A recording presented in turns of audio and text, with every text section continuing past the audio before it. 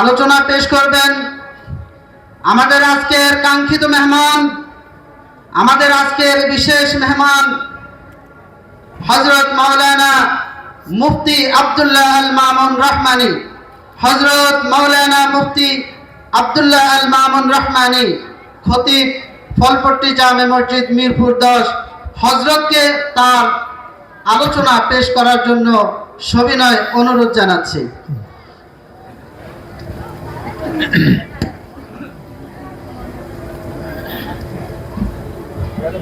আসসালামু আলাইকুম ওয়া রাহমাতুল্লাহ। একটু দিয়ে দেন ভাই,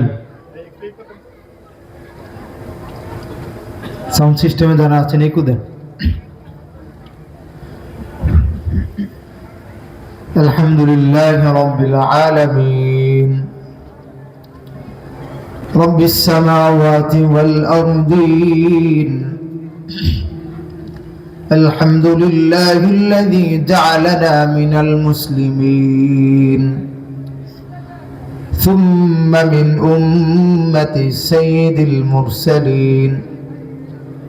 نشهد أن لا إله إلا الله وحده لا شريك له، لا ضد له ولا ند له، لا مثل له ولا مثيل له، لا شبه له ولا شبيه له ولا تشبيه له.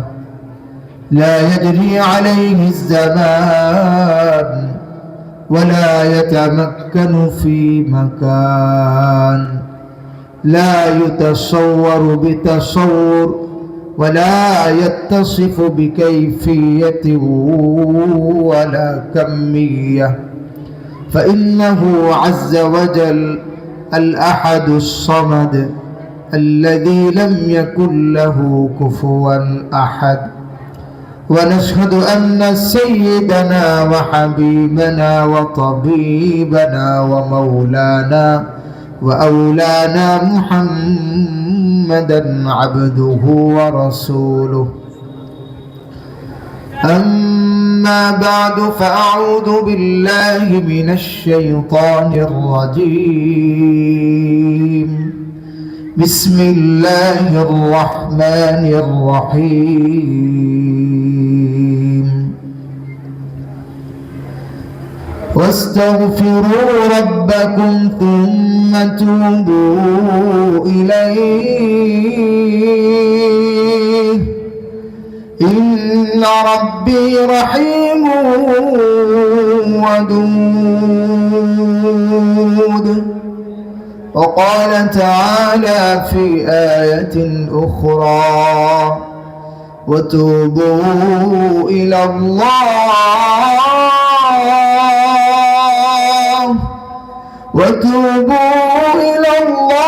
جميعا أيها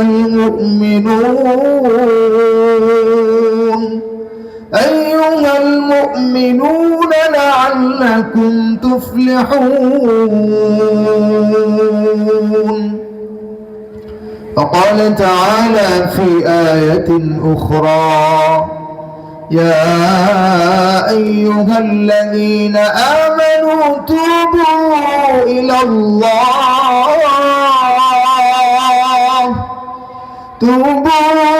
الله توبة نصوحا عسى ربكم أن يكفر عنكم سيئاتكم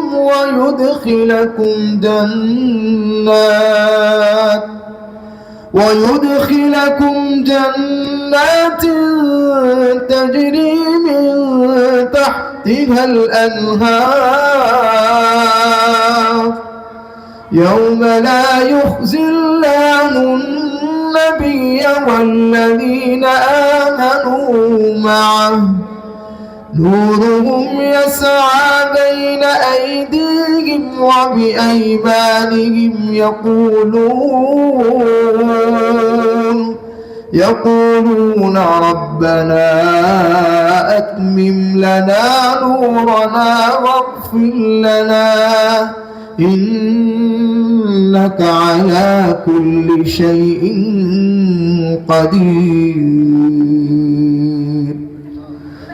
فقال رسول الله صلى الله تعالى عليه وسلم: التائب من الذنب كمن لا ذنب له، أو كما قال صلى الله تعالى عليه وسلم.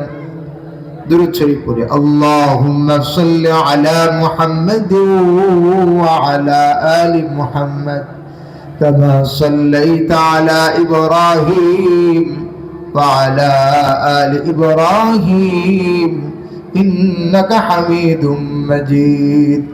اللهم بارك على محمد وعلى آل محمد كما باركت على إبراهيم وعلى آل إبراهيم إنك حميد مجيد.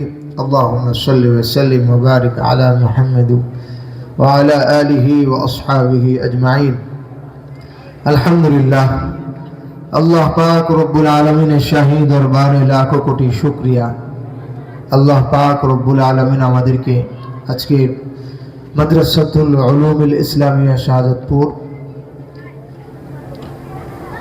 আজকের এই মাদ্রাসার উদ্যোগে ওয়াজ এবং দোয়া মাহফিলের এই মহতী জলসায় আমাদের সকলকে বসার এবং কিছু কথা বলার শোনার তৌফিক দান করেছেন, এজন্য শুকরিয়া আদায় করি আলহামদুলিল্লাহ। সাউন্ড একটু বাড়ায় দেন ভাই, ইকো ঠিক আছে, ইকো ঠিক আছে, সাউন্ড একটু বাড়ায় দেন, নাহলে আমার কণ্ঠের ভলিউম বেড়ে যাবে, আমার কণ্ঠ বসে যেতে পারে। হালকা একটু সাউন্ড বাড়ায় দেন, ইকো ঠিক আছে।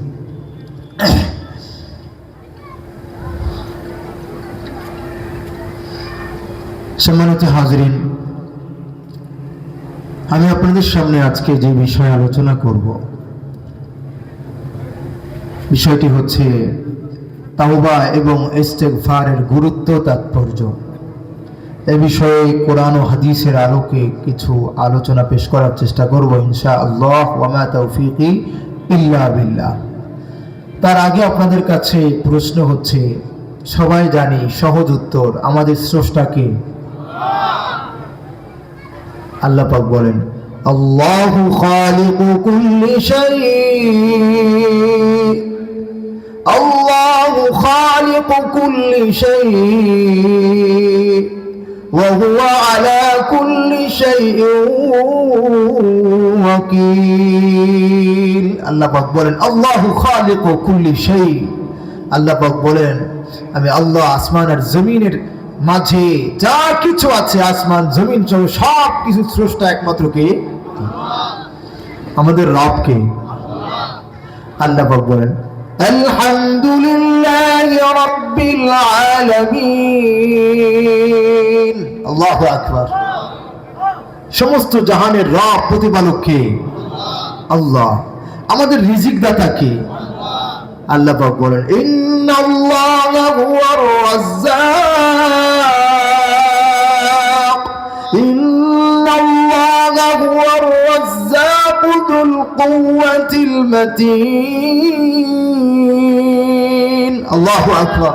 আল্লাহ পাক বলেন আমি আল্লাহ তাআলাই একমাত্র রিজিক দাতা। সুবহানাল্লাহ পড়েন। খালিক আল্লাহ, মালিক আল্লাহ। আসমানের জমিনের রাজত্ব কার হাতে? লাহু মুলকুস সামাওয়াতি ওয়াল আরদ। আল্লাহ পাক রব্বুল আলামিনের সমস্ত জায়গায় রাজত্ব। রব্বুল মাশরিকাইনি ওয়া রব্বুল মাগরিবাইন ফাবিআইয়ি আলাই রাব্বিকুমা তুকাযিবান। আল্লাহু আকবার। মাশরিক মাগরিবের রব একমাত্র আল্লাহ। সেই আল্লাহ তাআলার কোরআনের মজলিসে বসেছি, কোরআনের কথা শুনবো, তাহলে মালিকের কোরআনের কথা শুনলে সেখানে আমাদের সম্মানজনকভাবে বসা দরকার কিনা, কি বলেন? পৃথিবীর মধ্যে আল্লাহর কোরআনের উপরে কোনো মূল্যবান দামি কথা আছে নাকি? আমরা যদি অবহেলার সাথে শুনি, এটাকে আমাদের লাভ হবে? গুরুত্বের সাথে মজলিসে বসে শুনতে হবে, তাহলে আল্লাহ পাক প্রতিটি হরফের বিনিময়ে যেমন সওয়াব দিবেন, রহমত নাজিল করবেন। সুবহানাল্লাহ পড়েন। এই জন্য আমি বিনীত অনুরোধ জানাবো, আপনারা কষ্ট করে এত বড় আয়োজন করেছেন, কোরআনের কথা, কোরআন হাদিস থেকে আলোচনা করবো ইনশাআল্লাহ। প্রত্যেকটা কথার বিনিময়ে আপনারা অসংখ্য অগণিত নেকি অর্জন করবেন। যারা দাঁড়িয়েছেন একটু কষ্ট করে বসেন, একটু বসবেন ভাই আমার। দাঁড়ায় থাকার চেয়ে বসলে আল্লাহ পাক খুশি হবেন ইনশাআল্লাহ, আল্লাহ রসুলের সুন্নাত আদায় হবে। একটু ভিতরে বসেন ভাই। আল্লাহ তাআলা আমাদের স্রষ্টা, সৃষ্টি করেছেন কি উদ্দেশ্যে বলেন তো? আমার দিকে তাকান, আসবে আমার ভাইরা আসবে ইনশাআল্লাহ। আমাদেরকে সৃষ্টি করছেন কে, কিসের জন্য বলেন তো? আমাদেরকে সৃষ্টি করছেন কিসের জন্য? গাড়ি বাড়ি করার জন্য, মিল ফ্যাক্টরি করার জন্য, চাকরি করার জন্য, ক্ষেত খামার করার জন্য, এমপি মন্ত্রী মিনিস্টার হওয়ার জন্য, বিদেশে চাকরি বাকরি করার জন্য। আল্লাহ পাক কিসের জন্য সৃষ্টি করেছেন? আল্লাহ পাক বলেন, ওয়ামা খালাকাতুল জিন্না ওয়াল ইনসা ইল্লা লিয়াবুদুন মা উরিদু মিনহুম মিন রিজকিন ওয়ামা উরিদু আন ইউতামুন ইন্নাল্লাহা হুয়ার রাজ্জাক ইন্নাল্লাহা হুয়ার রাজ্জাক যুল কুওয়াতিল মাতিন। আল্লাহু আকবার। আল্লাহ পাক বলেন, তোমাদেরকে সৃষ্টি করেছি আমার ইবাদতের জন্য, আর तमाम পৃথিবীকে তোমাদের গোলামি করার জন্য সৃষ্টি করেছে। সুবহানাল্লাহ বলেন। আমাদেরকে করেছেন মালিকের গোলামির জন্য, আর तमाम পৃথিবীকে আমাদের গোলামি করার জন্য, আমাদের খেদমত করার জন্য নিয়োজিত করেছেন। সুবহানাল্লাহ বলেন।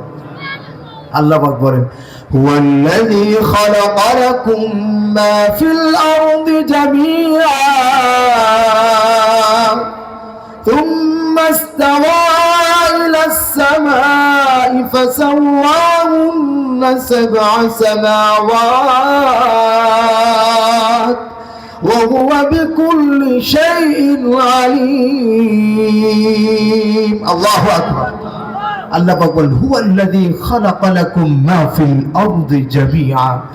আমার বান্দারা শোনো, জমিনের মধ্যে যা কিছু আছে, তুমি দেখো আর না দেখো, বোঝো আর না বোঝো, সব তোমাদের উপকারের জন্য, কল্যাণের জন্য সৃষ্টি করেছে। আল্লাহু আকবার। একটা কুকুরও আমাদের ক্ষতির জন্য। আমার সাথে কথা বলতে, একটু কথা বলেন, নাইলে আমারও জজবা নষ্ট হয়ে যাবে। একটা কুকুরও কাদের জন্য? আমাদের উপকারের জন্য না ক্ষতির জন্য? উপকারের জন্য। আল্লাহর কোরআন বলতেছে, একটা শূকর আমাদের উপকারের জন্য না ক্ষতির জন্য? উপকারের জন্য। একটা বিষাক্ত সাপ আমাদের ক্ষতির জন্য না উপকারের জন্য? আল্লাহ পাক রব্বুল আলামিন বলেন, সব কিছু তোমাদের উপকারের জন্য সৃষ্টি করেছে। সুবহানাল্লাহ বলেন। শুধু তাই না, আল্লাহ পাক বলেন, তুমি তাকাও আসমানের দিকে, তাকাও চন্দ্র সূর্যের দিকে, তাকাও নদী নালা খাল বিলের দিকে, এই সব কিছু আমি তোমাদের কল্যাণের জন্য সৃষ্টি করেছি। সুবহানাল্লাহ। আল্লাহ পাক বলেন, ওয়াসাখখারা লাকুমুল আনহার ওয়াসাখখারা লাকুমুল আনহার ওয়াসাখখারা লাকুমুশ শামসা ওয়াল কমারা দাইবাইন وسخر لكم الليل والنهار। আল্লাহু আকবার। আল্লাহ পাক বলেন, আরে চন্দ্র সূর্য নক্ষত্র তারকারাজি রাত দিন এই সব আমি তোমাদের উপকারের জন্য সৃষ্টি করেছি। সুবহানাল্লাহ। এত নিয়ামত আমি তোমাদেরকে দিয়েছি, গুণে শেষ করতে পারবে না। আল্লাহু আকবার। এই রাত আল্লাহর পক্ষ থেকে দেওয়া নিয়ামত। আল্লাহ পাক যদি চাইতেন এই রাতকে লম্বা করবেন কিয়ামত পর্যন্ত, পৃথিবীর কেউ না এই রাতকে দিন বানাবে, আছে নাকি?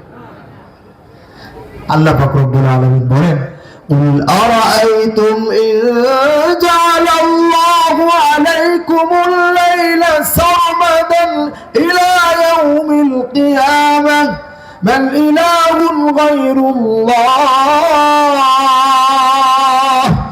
بل إله غير الله يأتيكم بضياء أفلا تسمعون الله أكبر আল্লাহ বলেন নবী আমার আপনি বলেন ইন জাআলাল্লাহু আলাইকুমুল লাইলা সারমাদান ইলা ইয়াউমিল কিয়ামাহ যদি আল্লাহ তাআলা রাতটাকে লম্বা করে কিয়ামত পর্যন্ত লম্বা করে দিতেন কি আছে আল্লাহ ছাড়া এই রাতকে দিন বানাবে আছে নাকি কেউ আল্লাহ পাক বলেন যদি আমি আবার দিনকে কিয়ামত পর্যন্ত লম্বা করে দেই পৃথিবীর কি আছে এই দিনকে রাত বানাবে আছে নাকি আল্লাহ পাক বলেন قل أرأيتم إن جعل الله عليكم النهار سرمدا إلى يوم القيامة من إله غير الله من إله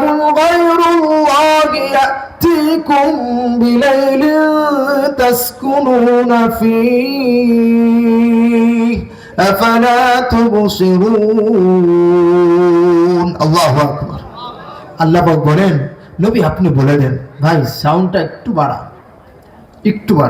ইকো বন্ধ করছেন সাউন্ডটা একটু বাড়া তো বলতেছি যদি আল্লাহ তাআলা বলেন নবী আপনি বলে দেন যদি আমি আল্লাহ এই দিনকে কিয়ামত পর্যন্ত লম্বা করে দেই কি আছে আমি ছাড়া এই দিনকে রাত বানাবে আছে কেউ আল্লাহ পাক বলেন দেখেন আপনি উম্মতকে আপনি আমার বান্দাদেরকে ঘোষণা করে দেন ওমির রাহমাতিহি জাআলা লাকুমুল লাইলা ওয়ান নাহার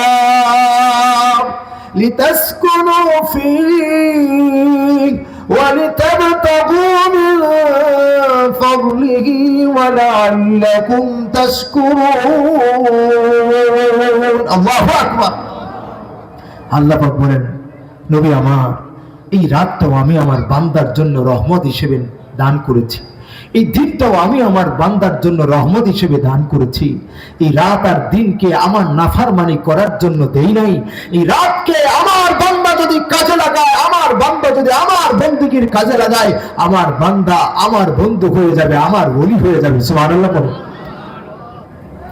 আর এই রাতকে যদি আল্লাহর নাফরমানিতে লাগায় তাহলে শয়তানের বন্ধু হবে জাহান্নামের অধিকারী হবে নাউযুবিল্লাহ বলে কিছুদিন পূর্বে 31st নাইট গিয়েছে আপনাদের মনে আছে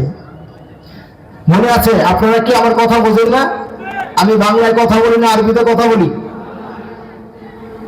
অবশ্যই আমি আরবে গেলে আমাকে আরবরা চেনে না আলহামদুলিল্লাহ আলহামদুলিল্লাহ বলেন আরবরা চেনে না যে হুজুর কোন ভাষাভাষী একবার হারাম শরীফে তো আমি বসে তেলাওয়াত করছি এক পাকিস্তানি ভাই আমাকে জিজ্ঞেস করছে পাকিস্তানি হে আরবি হে তো ওনার ধারণা হয়তো আমি পাকিস্তানি হব না হলে আরবি হব বাঙালি হব না তাই আমি বললাম না আমি বাঙালি হে আমি কি বাঙালি তো আমাকে অন্য আরবরাও বুঝতে পারতো না যে আমি আমার কথা শুনলে আরবি ভাষা শুনলে আরবরাও বুঝতো না যে আমি বাঙালি না কোন দেশ ইন্দোনেশিয়ার সফর আল্লাহ পাক করিয়েছেন 29 দিনের একটি সফর ছিল আল্লাহ পাক করিয়েছেন আল্লাহ পাক অনেক নিয়ামত দেখিয়েছেন সেখানে ইন্দোনেশিয়ার মাটিতে সেটাও আল্লাহ পাক কোরআনের চর্চার পরিবেশ দেখিয়েছেন ওটা বলতে গেলে অনেক সময় লেগে যাবে সেদিক নাই যায় তো বলতেছিলাম যে আমি তো বাংলা ভাষায় কথা বলি ঠিক কিনা আমার কথার উত্তর দিতে হবে পারবেন তো ইনশাআল্লাহ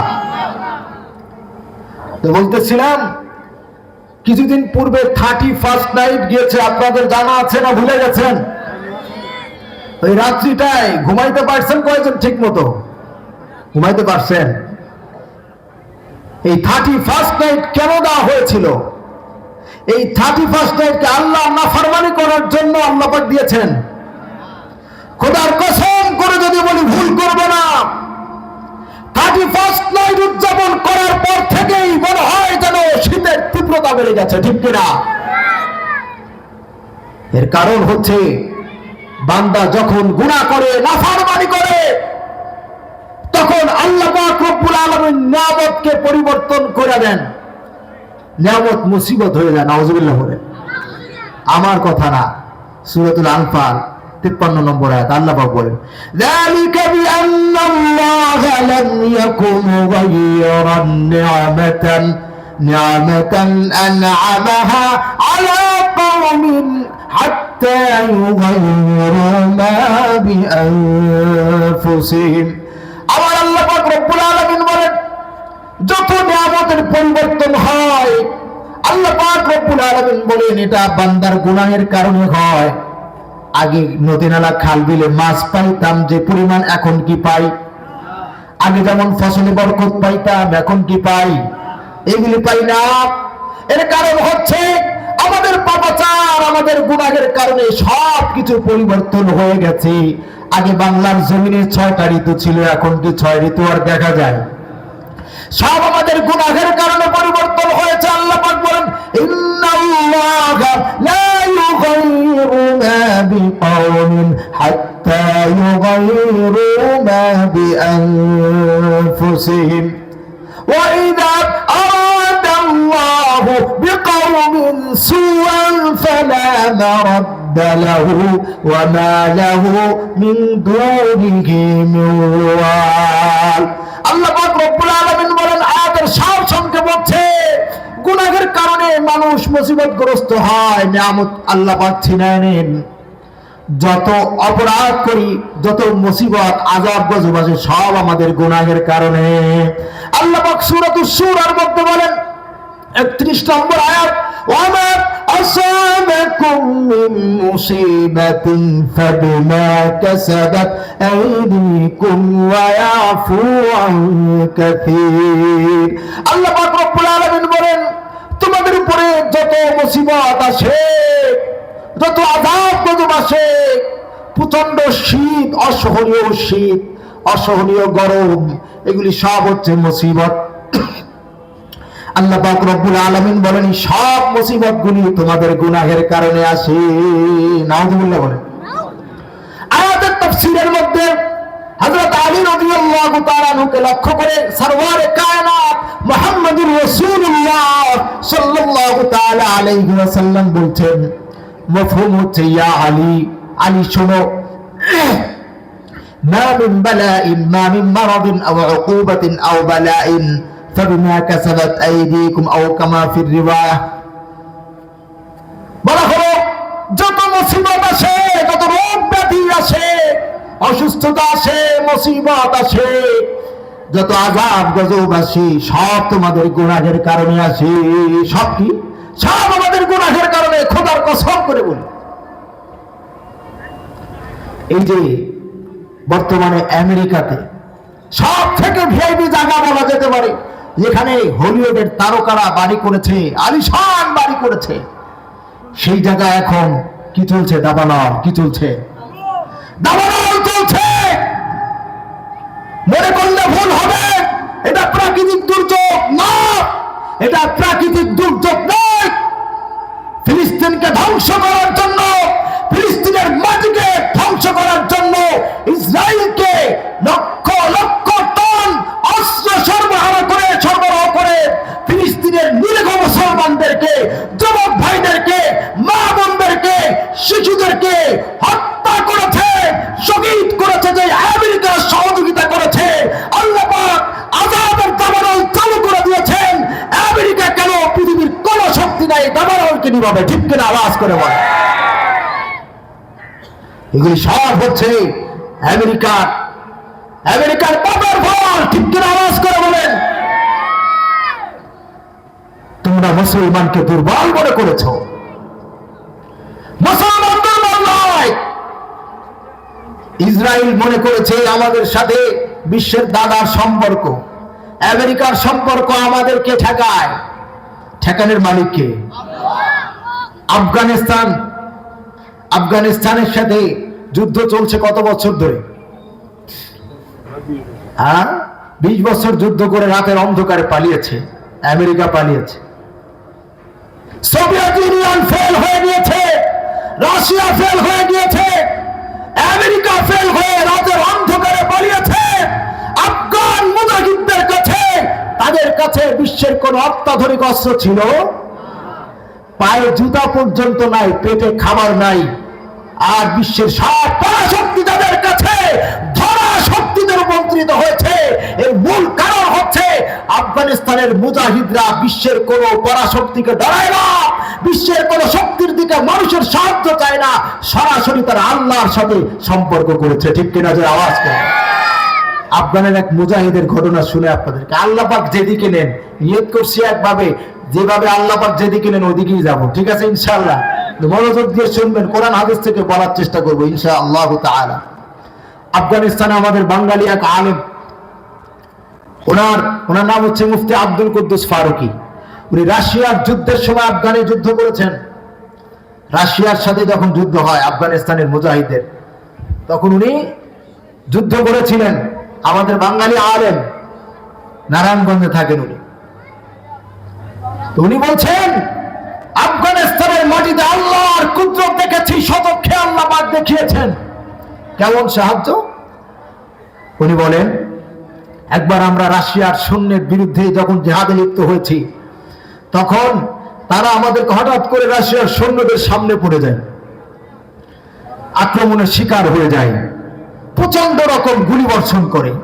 আমরা যারা একসাথে ছিলাম, বন্ধু বান্ধব মুজাহিদিন যারা ছিলাম, আমার শরীরে, আমার মাথায় অনেকগুলি বুলেট এসে লেগে গেল। আমার আশেপাশে যারা মুজাহিদিন ছিলেন, ভাই আমাদের বন্ধুজন, সবার শরীরে রাশিয়ার সৈন্যদের সেই অস্ত্রের গুলি, সেগুলি সব আঘাত করলো। আমি মাথায় হাত দিয়ে জমিনের মধ্যে লুটে পড়লাম। আমি তো মনে করেছি আমি শহীদ হয়ে গেছি, আমি শহীদ হয়ে গিয়েছি। উনি বলেন, আজকে আপনারা সার্চ দিবেন মুফতি আব্দুল কুদ্দুস ফারুকি, তার জবানে শুনবেন, ইউটিউবে তার নিজের জবানে শুনবেন। আমি তার জবানের কথা শুনেই বলছি, আমি আফগানিস্তানে যাই নাই। আমি একদিন ইউটিউবে সার্চ দিয়ে কথা, অন্য ভিডিও দেখতে দেখতে হঠাৎ করে দেখি তার ভিডিও, তো দেখলাম, দেখে আমি আশ্চর্য হয়ে গেলাম। তো আমিও যেমন দেখেছি, আপনারা আজকে রাত্রে গিয়ে দেখবেন আমার কথা ঠিক আছে কিনা।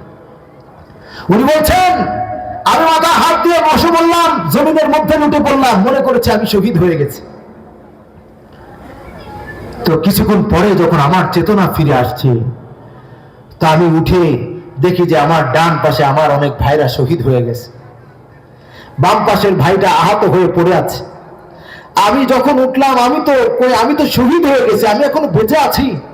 মাথায় হাত দিলাম রক্ত তালাশ করার জন্য, মাথায় হাত দেই, পাগড়িতে হাত দেই, জামায় হাত দেই, কোথাও রক্তের ছিটা ফোঁটাও আমি পাই নাই। আল্লাহু আকবার।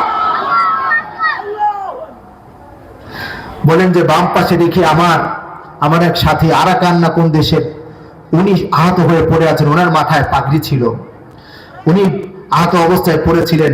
যখন নাকি হুঁশ ফিরল, যখন পাগড়ি খুললেন, পাগড়ির ভিতর থেকে 11টা বুলেট বের হয়েছে। আল্লাহু আকবার।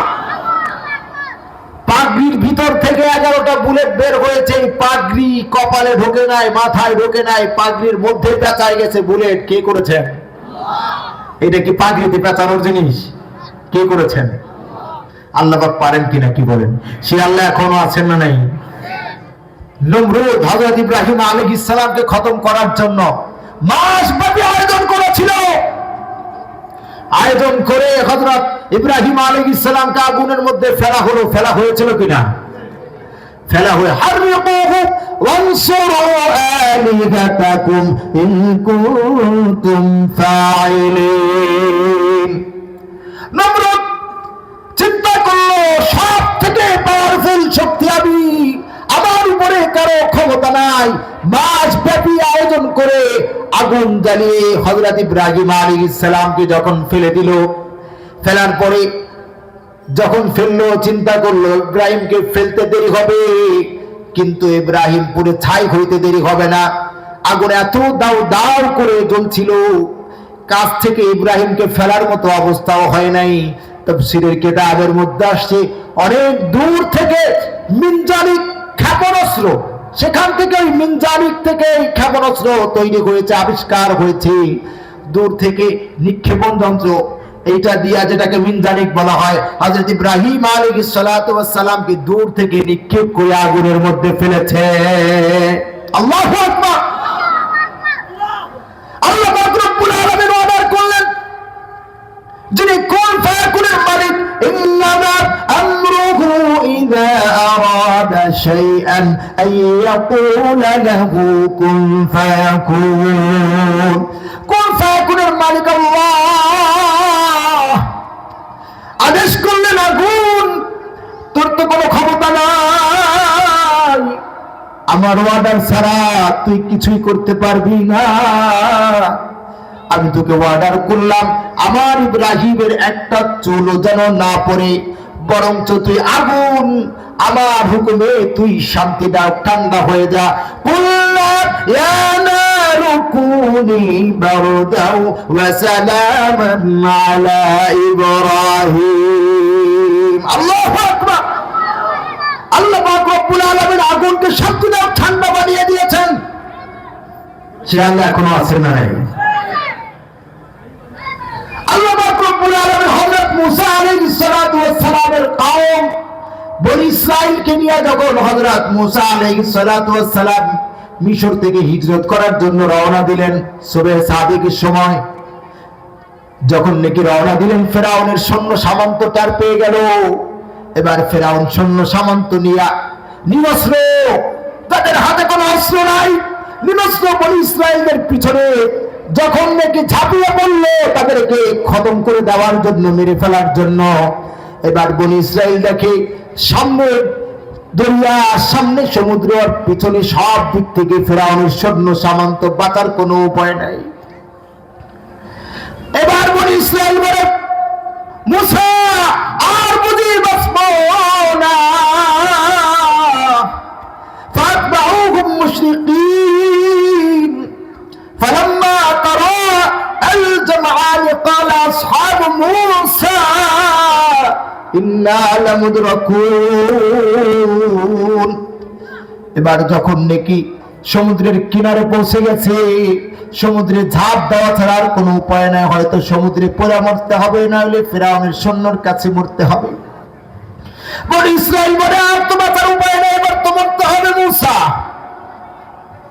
এবার হযরত মুসা আলাইহিস সালাতু ওয়াস সালাম দায়িত্বহীন কণ্ঠে বললেন, এই বনি ইসরাইল তোমরা দেখো সামনে সমুদ্রে, সমুদ্রে পড়ে মরতে হবে অথবা সৈন্যদের কাছে, ফেরাউনের সৈন্যদের কাছে মরতে হবে। আমি তো দেখি না রে, তোরা দেখিস মরার পর আমি তো দেখি আমার মালিক এখান থেকে বাঁচার পথ করে দিতে পারেন। আল্লাহু আকবার। হযরত মুসা আলাইহিস সালাম বলেন, কাল্লা ইন্না মাইয়া রাব্বি সায়াহদিন। কুশিন কালাউনা, আমার মালিক আমাকে বেইজ্জতি করবেন না, আমার মালিক আমাকে এই জালিমদের হাতে শেষ করবেন না। আমার মালিক অবশ্যই অবশ্যই আমাকে রাস্তা বের করে দেবেন। আল্লাহু আকবার। হযরত মুসা আলাইহিস সালাম যখন তার কঠিন কণ্ঠে বললেন, আল্লাহ পাক রব্বুল আলামিন ওহী নাযিল করলেন, ফাউ হাইনা ইলা মুসা আন ইদরিব বিআসাকাল বাহ فانفلق فكان كل فرق كالطود العظيم وأزلفنا ثم الآخرين وأنجينا موسى ومن معه أجمعين ثم أغرقنا الآخرين। الله أكبر। আল্লাহ পাক রব্বুল আলামিন বলেন, আমি বললাম মুসা মারো বাড়ি সমুদ্রের মধ্যে লাঠি দিয়া যখন বাড়ি মারছে, ইসরাইল আর ইয়াহুদি আর নাস্তিক মুরতাদরা কবে লাঠি দিয়া পানিতে বাড়ি মারলে শরীর ভিজে যাবে, আর কি হবে। কিন্তু হযরত মুসা আলাইহিস সালাম বাড়ি মারলেন, সেখান থেকে একটা নয়, দুইটা নয়, 12টা রাস্তা আল্লাহ পাক করে দিয়ে বনি ইসরাইলকে পার করে দিলেন। আর সেই রাস্তায় ফেরাউন আর সৈন্য সামন্ত গুলাকে ডুবায়া খতম করে দিয়েছেন। ঠিক কিনা জোরে আওয়াজ করে বলেন আল্লাহু আকবার। সে আল্লাহ পাক এখনো আছেন না নাই? আফগানিস্তানের মাটিতে রাশিয়ার সৈন্য যখন গুলি করেছে, ওই মুজাহিদদের শরীরে আব্দুল কুদ্দুস ফারুকি বাংলাদেশের এই আলেমের মাথায় লেগেছে, কিন্তু আল্লাহ পাক হুকুম করেছেন বুলেট তোর বাপের ক্ষমতা নাই, তুই আব্দুল কুদ্দুসকে ভেদ করবি। ঠিক কিনা আওয়াজ করে বলেন। বুলেট লেগেছে কিন্তু আল্লাহর হুকুমে বুলেট কিছুই করতে পারে না। আল্লাহু আকবার। আফগানিস্তানের মাটিতে আল্লাহর অনেক কুদরত। এই জন্য একজন লেখক লিখেছেন, আমি আফগানিস্তানে আমি আল্লাহকে দেখেছি। আল্লাহু আকবার। আর একটা ঘটনা শোনাবো আফগানিস্তানের ঘটনা। আফগানিস্তানের মাটিতে এই আমেরিকার কথা বলি, আমেরিকা উপর থেকে মিসাইল নিক্ষেপ করছে কি দিয়ে, আপনার ওই যে ওটা কি হেলিকপ্টার দিয়ে মিসাইল নিক্ষেপ করছিল যুদ্ধের সময়, মুজাহিদদেরকে খতম করবে। একটা মিসাইল মারলে 6000 মুজাহিদ শহীদ হয়ে যাবে, এমন এমন মিসাইল নিক্ষেপ করেছে। আর মুজাহিদের হাতে আছে কোনো মতে একটা অস্ত্র, পায় নাই জুতা, পেটে নাই খাবার। আল্লাহু আকবার। এই মুজাহিদদেরকে মারার জন্য এক একটা মিসাইল মেরেছে, 6000 একসাথে শহীদ হয়ে যাবে। আব্দুল কুদ্দুস ফারুকী সাহেব উনি বলেন, ওই মিসাইল এক একটা নিক্ষেপ করেছে, অনেকগুলি মিসাইল নিক্ষেপ করে, আর ওরা ক্যামেরা দিয়ে তাকায় দেখে মিসাইলগুলি জমিনের মধ্যে পয়লা ভেটকায় রইছে, আর মুজাহিদের দল ওই মিসাইল ওইটা বাস্ট হওয়া তো দূরের কথা, মিসাইলের উপর দিয়া মুজাহিদরা গাড়ি চালায় চলে যেতেছে। আল্লাহু আকবার। আর একটা শোনাই কুদরত, আল্লাহর কুদরত বোঝার জন্য বলছি যে মুসলমান সম্পর্ক করতে হবে কার সাথে? আজকে আমরা আল্লাহর সাথে আমাদের সম্পর্ক নাই, দুর্বল হয়ে গেছে। এই জন্য আমরা এই ফিলিস্তিনের মুজাহিদ, ফিলিস্তিনের মুসলমান হাজার হাজার শহীদ হয়ে গিয়েছে, আমরা আল্লাহর সাহায্য পাইতে দেরি হয়ে গেছে, ঠিক কিনা? যদি আমাদের সম্পর্ক আল্লাহর সাথে গভীর থাকতো তো ইসরায়েলের বাপের ক্ষমতা ছিল না আমাদের উপরে হামলা করবে, ঠিক কিনা? যদি আওয়াজ করে বলেন। কিন্তু আমরা দুর্বল, আমরা মুসলমান ইমানের দুর্বলতার কারণে আল্লাহর সাথে আমাদের সম্পর্ক দুর্বল হয়ে গেছে বিধায় আমরা বিপদে পড়েছি, আল্লাহর সাহায্য আসে নাই, ঠিক কিনা? কিন্তু আফগানিস্তানের মাটিতে আল্লাহর সাহায্য এসেছে না, কি বলেন?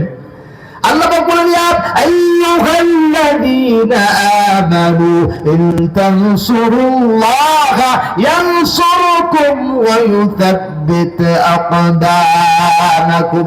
মুমিনগণ, তোমরা যদি আমার দ্বীনের সাহায্য করো, আমি আল্লাহ তোমাদেরকে সাহায্য করব।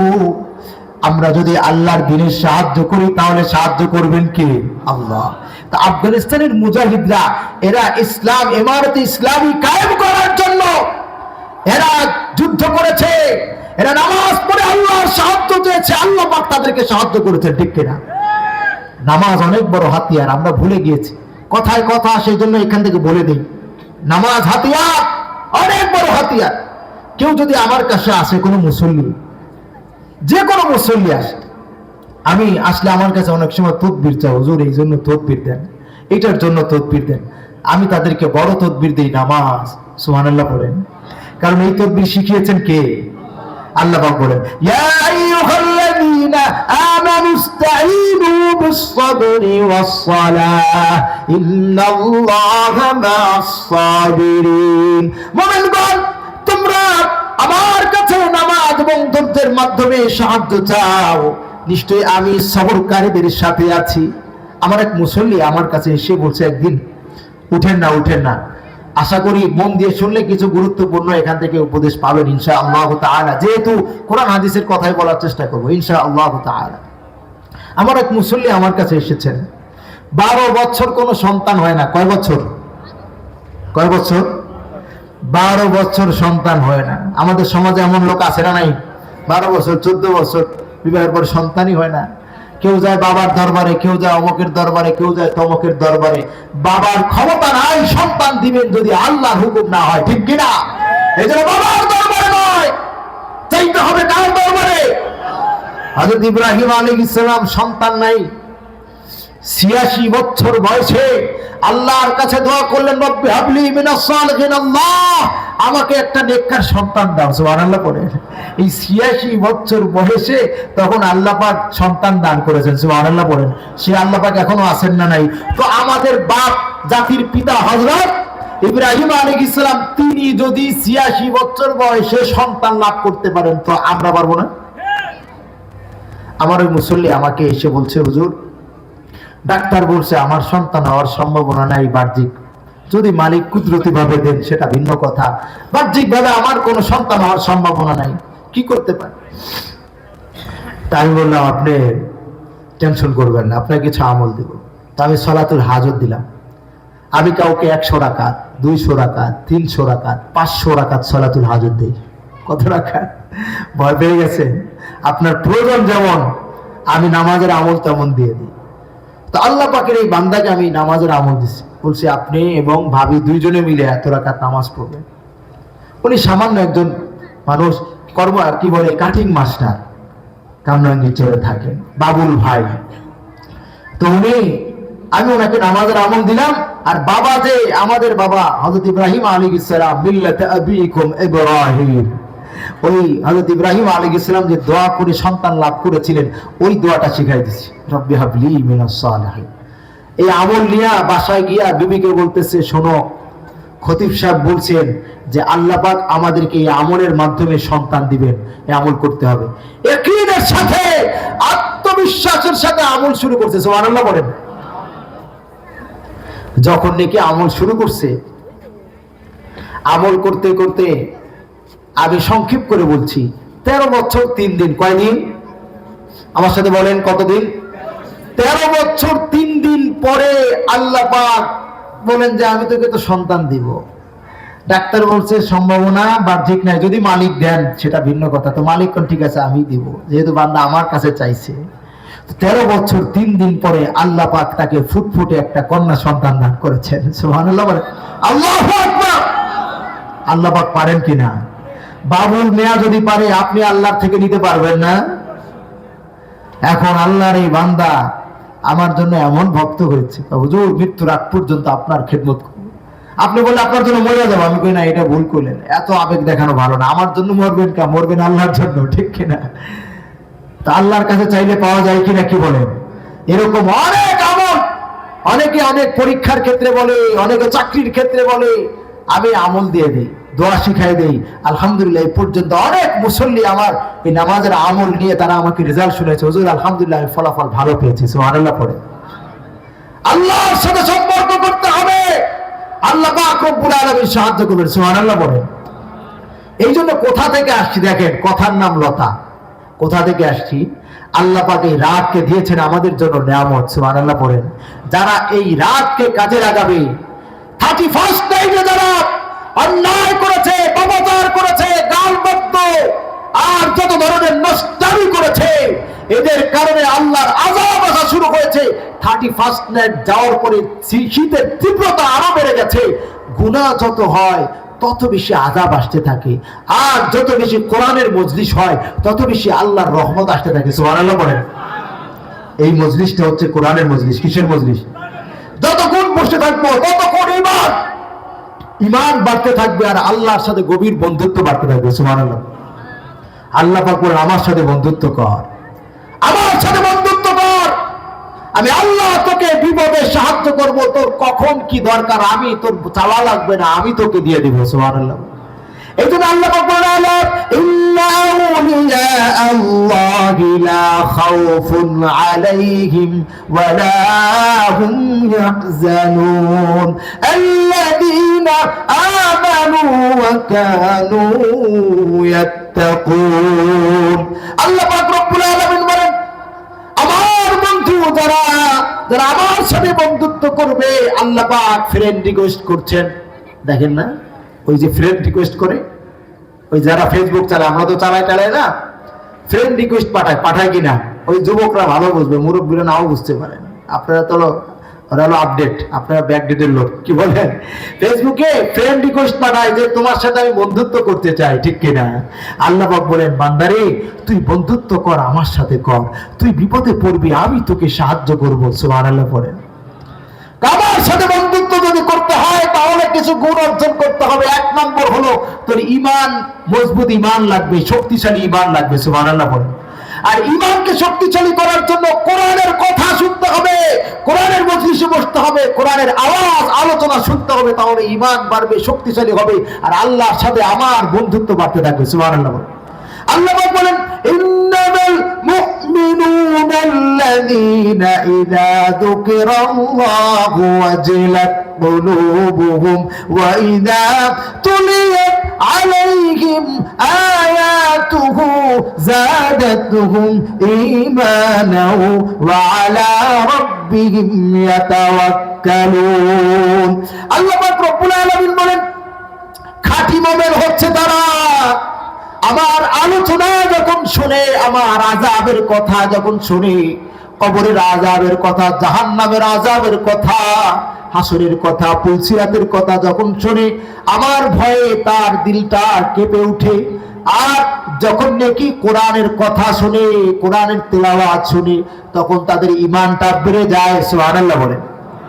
আয়াতের তাফসীরের মধ্যে আসছে, বিশ্ব বিখ্যাত তাফসীরের কিতাব আত-তাফসীরুল ওয়াসিত, অনেক বড় তাফসীরের কিতাব, আরবি তাফসীরের কিতাব। এই তাফসীরের কিতাবের মধ্যে আসছে, কোরআনের কথা শুনলে, কোরআন তেলাওয়াত শুনলে ঈমান বাড়ে। আই যাদাতহুম কুওয়াতান ফিত তাসদীক ওয়া শিদ্দাতান ফিল ইযআন ওয়া রুসুখান ফিল ইয়াকিন ওয়া নাশাতান ফিল আ'মালিস সালিহাহ ওয়া সা'াতান ফিল ইলমি ওয়াল মা'রিফা।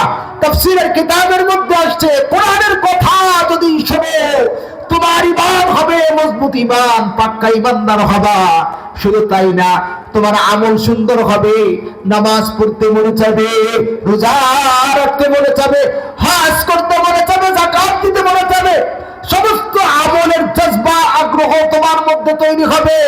ওয়া নাশাতান ফিল আ'মালিস সালিহাহ, শুধু তাই না, ওয়া সা'াতান ফিল ইলমি ওয়াল মা'রিফা, আল্লাহ তাআলার পরিচয় তুমি সঠিক অর্থে লাভ করতে পারবা। সুবহানাল্লাহ বলেন।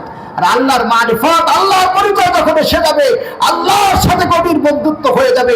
এমন বন্ধুত্ব হবে যে আল্লাহর কাছে চাইতে দেরি হবে, পাইতে দেরি হবে না। আল্লাহু আকবার। আমরা এখন আমরা তো হুজুর, আমরা তো দোয়া করি, পাই না ভাই, চাইতে পারি না। তাই বাবুল মিয়া যদি পাইতে পারে, সলিমউদ্দিন যদি পাইতে পারে, আপনি পাইতে পারেন না? এক ভাইয়ের কথা বলি, ওঠাউঠি করেন না। এক ভাই ভ্যান চালায়, ভ্যান চালায়, কিছু সামান্য কিছু বিক্রি টিক্রি করে, ওই আতর তসবি ইত্যাদি এইগুলি বিক্রি করে। তাবলিগের লোক, তাবলিগ করে। মুরাদ ভাই নাম, গোপালগঞ্জ বাড়ি। তো উনি মাঝে মাঝে বিদেশে যায় তাবলিগ করতে, লক্ষ লক্ষ টাকার দরকার হয়, এই টাকা তো নাই। এখন ওনারে জিজ্ঞেস করা হয়েছে যে ভাই, তুমি ইনকাম করো সামান্য, এই যে লক্ষ লক্ষ টাকা খরচ করে তুমি প্লেন করে বিদেশ যাও, এই টাকা কই পাও? কয় ভাই, এই টাকা এই ব্যবসার টাকা না, আমার এই ছোট ব্যবসার টাকা না, এটা আরেকটা। কয় কি? কয় যখন আমার বিদেশ যাওয়া, আমি চিন্তা করি যে আমি আল্লাহর দিনের কথা আমি বিদেশের মাটিতে বলবো, তখন আমি নিয়ত কইরা এবার 500 রাকাত, কখনো 500 রাকাত সলাতুল হাজত পড়ি, কখনো 1000 রাকাত নিয়ত কইরা সলাতুল হাজত শুরু করি। আল্লাহ, আমি 500 রাকাত নামাজ পড়বো, তুমি আমার টাকার ব্যবস্থা করে দাও। আল্লাহ, আমি 1000 রাকাত সলাতুল হাজত পড়বো, তুমি আমার টাকার ব্যবস্থা করে দাও। মুরাদ ভাই বলেন যে 500 রাকাতের নিয়ত করি আর 1000 রাকাতের নিয়ত করি, ওই নামাজ শেষ হওয়ার আগে আমার মালিক আমার টাকার ব্যবস্থা করে দেন। আল্লাহু আকবার। ওই মিয়া, আমাদের মালিক কি গরিব নাকি? বলতে হয় না। একটা কথা বলবো, রাগ করবেন না তো, মনে করবেন না তো, আমার বুজুর্গি জাহির করতেছি। মালিকের কাছে চাইলে পাওয়া যায়। এই যে আমার ভাই বললো, মুফতি ফারুক শাহ আব্দুল্লাহ আল ফারুক, আমরা ছোটবেলায় একসাথে বড় হয়েছি, একই সাথে। এখন তো অনেক কি বলে, যদিও এখন ঢাকার ভিতরে, ছোটবেলার সম্পর্ক ছিল আলাদা, এখনো সম্পর্ক আছে।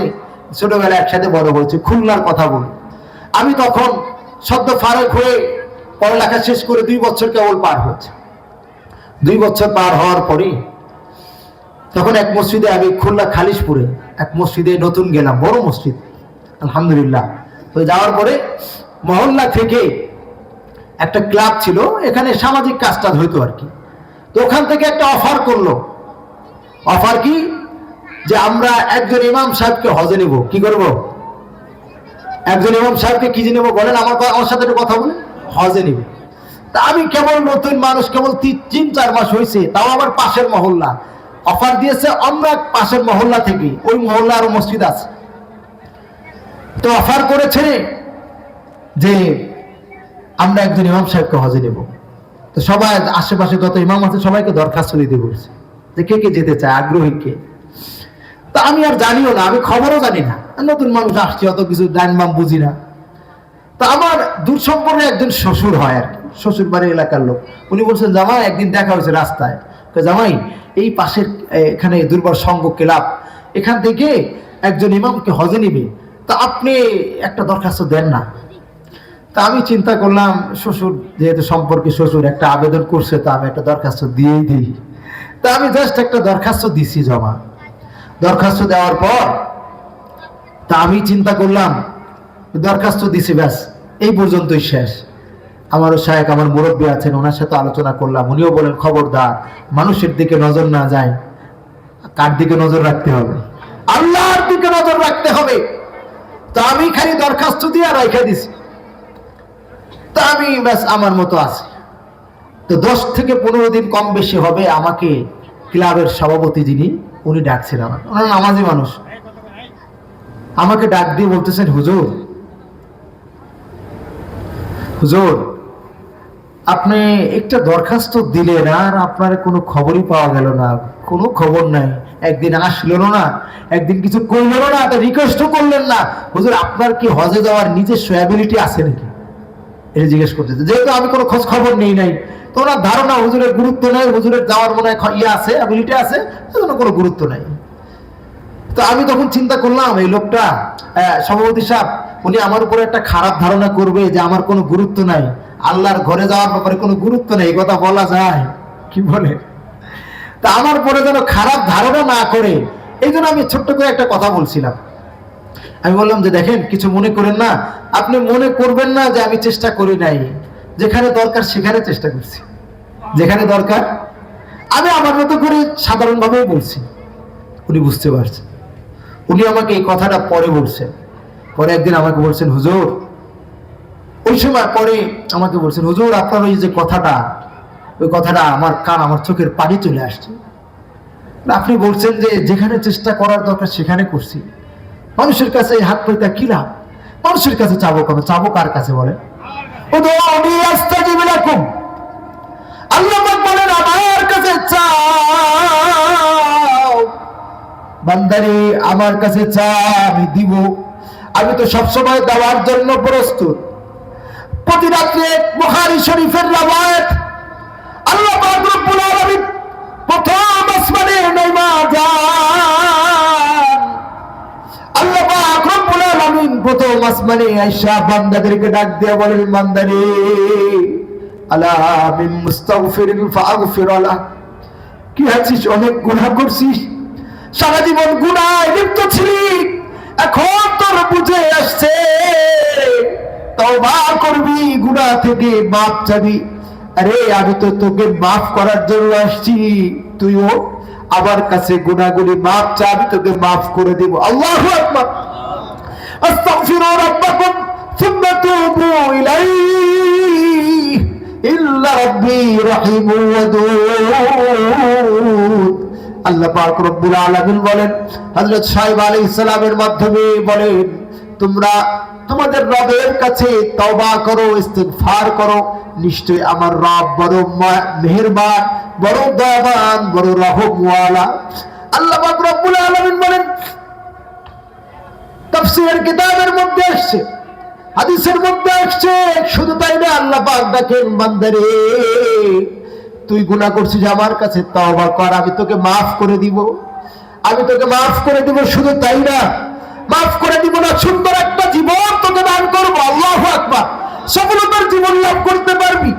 আল্লাহ পাক বলেন, ওয়াতুবু ইলাল্লাহ, ওয়াতুবু ইলাল্লাহি জামিআন আইয়ুহাল মুমিনুন লাআল্লাকুম তুফলিহুন।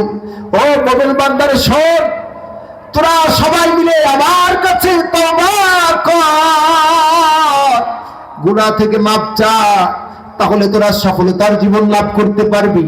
তোরা মনে করতেছিস চাকরি বাকরির মধ্যে সফলতা, ব্যবসার মধ্যে সফলতা, আরে ক্ষমতার মধ্যে সফলতা। আমি বলি না রে, আমি তোদের স্রষ্টা, আমি বলি তোদের তওবার মধ্যে সফলতা, গুনাহমুক্ত জীবন গড়বি, এর মধ্যে তোদের সফলতা। আল্লাহু আকবার। আল্লাহ পাক রব্বুল আলামিন বলেন, শুধু তাই না, তওবা করবি, ইস্তিগফার করবি, আমি তোদেরকে সুন্দর এক জীবন দান করব। আল্লাহ পাক বলেন, ওয়া আনিস্তাগফিরু রাব্বাকুম সুম্মা তুবু ইলাইহি ইউমাত্তিউকুম মাতাআল হাসানা। আল্লাহ পাক বলেন, তোমরা তোমাদের রবের কাছে তওবা করো, ইস্তিগফার করো, গুনাহ থেকে মাফ চাও, তাহলে তোমাদের রব তোমাদেরকে সুন্দর একটা জীবন দান করবেন, পবিত্র জীবনের জন্য যত উপকরণ দরকার সব কিছু দান করবেন। সুবহানাল্লাহ বলেন। পবিত্র জীবনের জন্য, আনন্দময় জীবনের জন্য যত উপকরণ দরকার সব দিবেন। তাফসীরের কিতাবের মধ্যে 3টা জিনিসের কথা আসছে। কয়টা? সুন্দর উপকরণ, পবিত্র উপকরণ, উত্তম উপকরণ, 3টা জিনিসের কথা আসছে। 1 নম্বর হলো তাফসীরের কিতাবের মধ্যে আসছে আইয়ুবাদদিলা খাওফাকুম আমনা, যারা তওবা করে, ইস্তিগফার করে, বেশি বেশি আল্লাহর কাছে মাফ চায়, তওবা করে, আল্লাহ পাক রব্বুল আলামিন তাদেরকে নিরাপদ এক জীবন, শত্রুর ভয় তার থাকবে না। আল্লাহ পাক শত্রুর ভয় থেকে তাকে মুক্ত রাখবেন। সুবহানাল্লাহ বলে। যদি কেউ তার সাথে শত্রুতা করতে চায়, আল্লাহ পাক তার সাথে যুদ্ধের ঘোষণা করবেন। আল্লাহু আকবার। হাদিসে কুদসির মধ্যে আসছে আল্লাহ পাক বলেন, মান আদালি ওয়ালিয়ান ফাকাদ আযানতুহু বিল হারবি, আমার দোস্তের সাথে, আমার বন্ধুর সাথে যে দুশমনি করবে, আমি তার সাথে যুদ্ধের ঘোষণা করলাম। আল্লাহু আকবার। তাহলে আল্লাহ পাক আমাদেরকে যারা বেশি বেশি তওবা ইস্তেগফার করে, আমরা অনেকে ইস্তেগফার করতে দেরি করি, তওবা করতে দেরি করি, মনে করি 40 বছর হওয়ার আগে আবার কিসের তওবা। নাউজুবিল্লাহ বলেন। আরে ভাই বলেন তো, 40 বছর আপনি এখান থেকে বাসায় যেতে পারবেন তার কোনো গ্যারান্টি আছে? আপনি বলেন তো দেখি, আপনার জামা কাপড়ে, সংক্ষিপ্ত ভাবে বলছি, আপনার দামি একটা জামা কিনেছেন, আপনি শপিং মল থেকে দামি একটা পোশাক কিনেছেন, বন্ধুর বাড়িতে বিয়েতে যাচ্ছেন, রাস্তায় হঠাৎ করে যাইতে যায় বিশাল একটা দাগ লেগে গেছে, দামি একটা পোশাক। আচ্ছা বলেন তো দেখি, এই দাগ নিয়ে আপনি অনুষ্ঠানে যাবেন না দাগটাকে সুন্দরভাবে উঠানোর চেষ্টা করবেন? আগে দাগটা উঠানোর চেষ্টা করবেন, নাকি এই জামা দাগ লাগছে থাক এটা ফেলাই দিবেন? দাগ লাগছে সাথে সাথে দাগ মুছা জামাকে পরিষ্কার করবে, ঠিক কিনা? তো আমার ভাইরা, জামায় দাগ লাগলে, কঠিন কঠিন থেকে কঠিন দাগ লাগলে, আর যদি জামা বা পোশাক যদি দামি হয়, তাহলে খুব দ্রুত জামা পরিষ্কার করার গুরুত্ব বুঝি। কিন্তু আমার যে একটা দিল আছে, মন আছে, অন্তর আছে, এই দিলের মধ্যেও কিন্তু দাগ লাগে, এটা বুঝি না।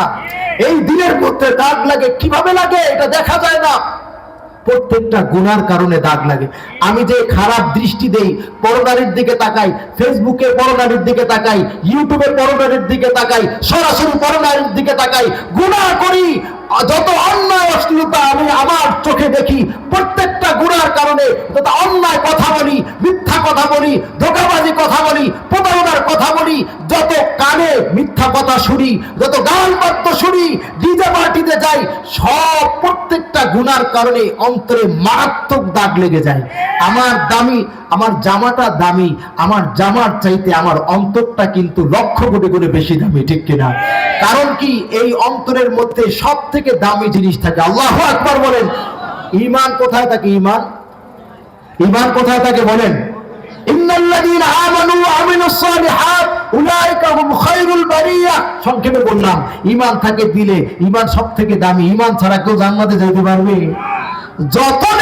যত ভালো কাজ করুক, যত ভালো কাজ করুক, ঈমান নাই, জীবনে সব টাকা দান করে দিছে, হ্যাঁ, অনেক ইহুদি খ্রিস্টান আছে না, জীবনে সব সম্পদ মানব কল্যাণে খরচ করছে, কিন্তু ঈমান নাই, একটা নেকি পাবে?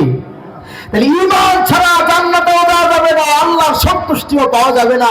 তাহলে ঈমানটা দামি না বেদামি? সব থেকে দামি ঈমান, এটা থাকে কোথায়? অন্তরের মধ্যে।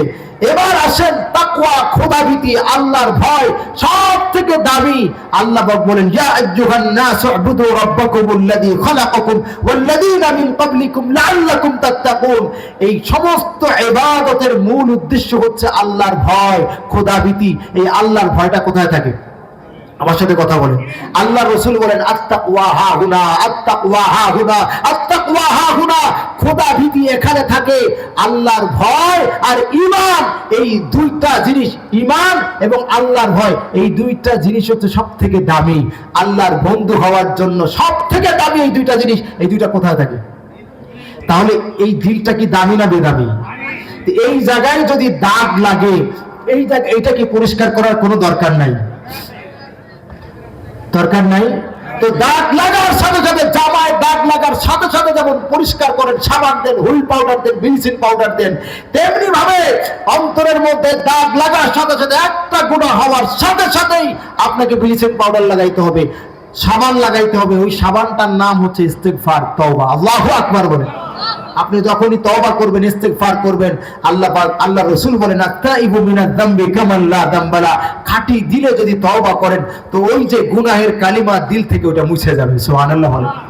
আরেকটা एग्जांपल দিব, আমি একবার সিলেট থেকে আসছিলাম, বা আপনারাও দেখেন রাস্তায় প্রতিমধ্যে বড় বাস রাস্তায় দাঁড় করে এক জায়গায় ব্রেক দিল, একটা হোটেলে ব্রেক দিল। বিরতি দেওয়ার পরে দেখি কি হেল্পার ভাই সে দেখি সামনের গ্লাস, বড় গ্লাস আছে না, এই বড় গ্লাসটা পরিষ্কার করতেছে। এই বড় গ্লাস পানি মারতেছে, পাউডার মারতেছে, পরিষ্কার করতেছে। লুকিং গ্লাস পরিষ্কার করতেছে। বুঝবেন ভালো করে খেয়াল দিয়ে। আচ্ছা বলেন তো দেখি, এই সামনের গ্লাস এবং লুকিং গ্লাস এইগুলি পরিষ্কার করে কেন? ভালো দেখানোর জন্য নাকি অ্যাক্সিডেন্ট থেকে বাঁচার জন্য? অ্যাক্সিডেন্ট থেকে বাঁচার জন্য।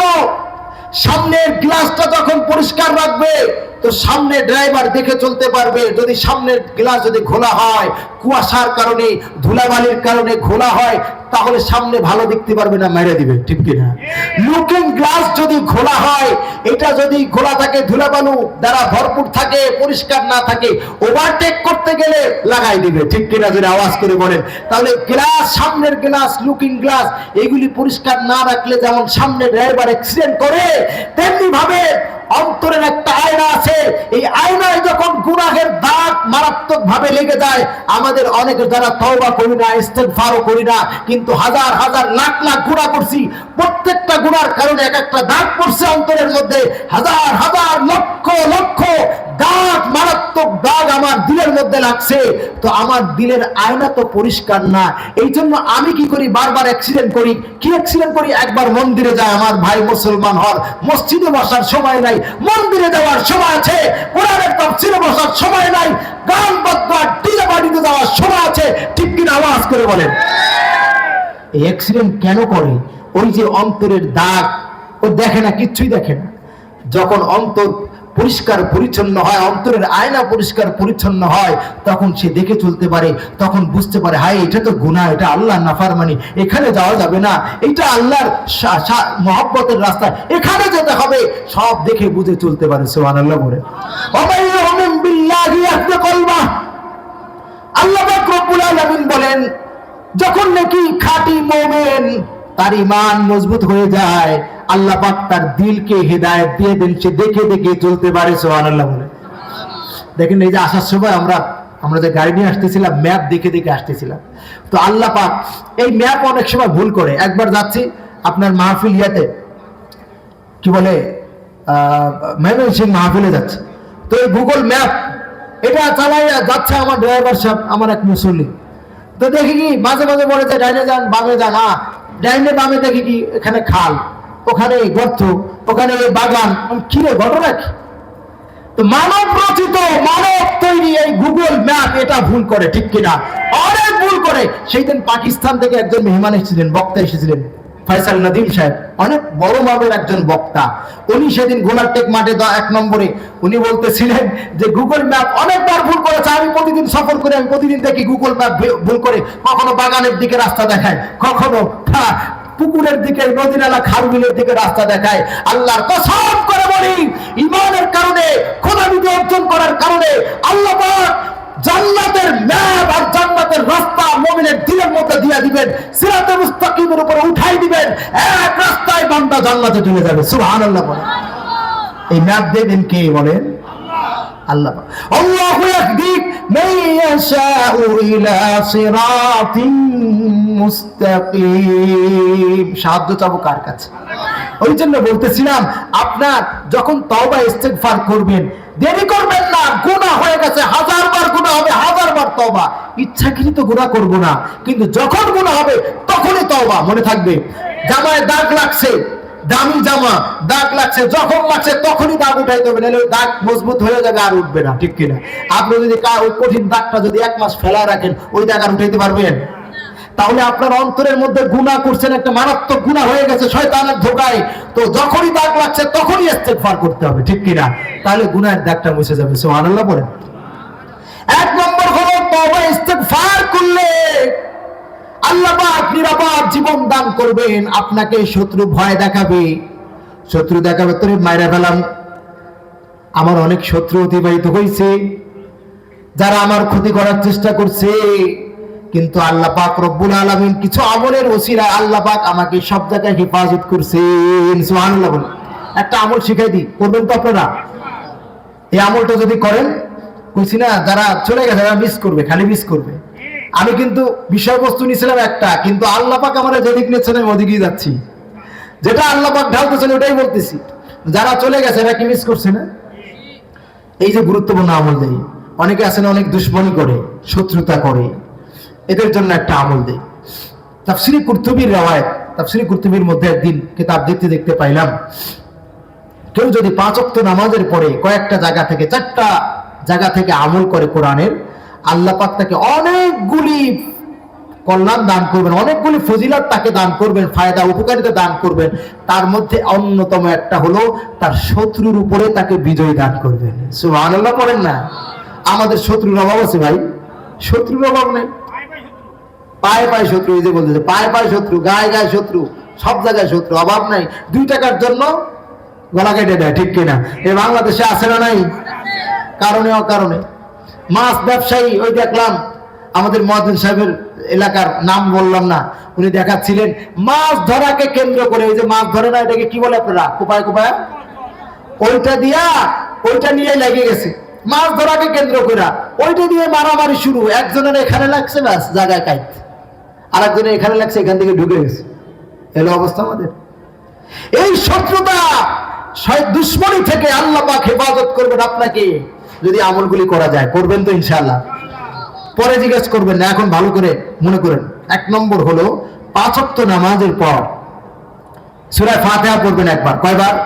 5 ওয়াক্ত ফরজ নামাজের পর সূরা ফাতিহা কয়বার? একবার। দ্বিতীয় আমল হচ্ছে আয়াতুল কুরসি একবার। কয়বার? আয়াতুল কুরসি একবার। আয়াতুল কুরসি চেনেন? হ্যাঁ। 3 নম্বর হলো, মনে রাখবেন ভালো করে, পরে বারবার জিজ্ঞেস করবেন না। 3 নম্বর হলো সূরাতু আলে ইমরানের 18 নম্বর আয়াত। কত নম্বর? সূরাতু আলে ইমরানের কত নম্বর আয়াত? এরপরে সূরাতু আলে ইমরানের 26 এবং 27 নম্বর আয়াত। সূরা আলে ইমরানের 26 এবং 27। সূরা আলে ইমরানের 3 আয়াত। কয় আয়াত?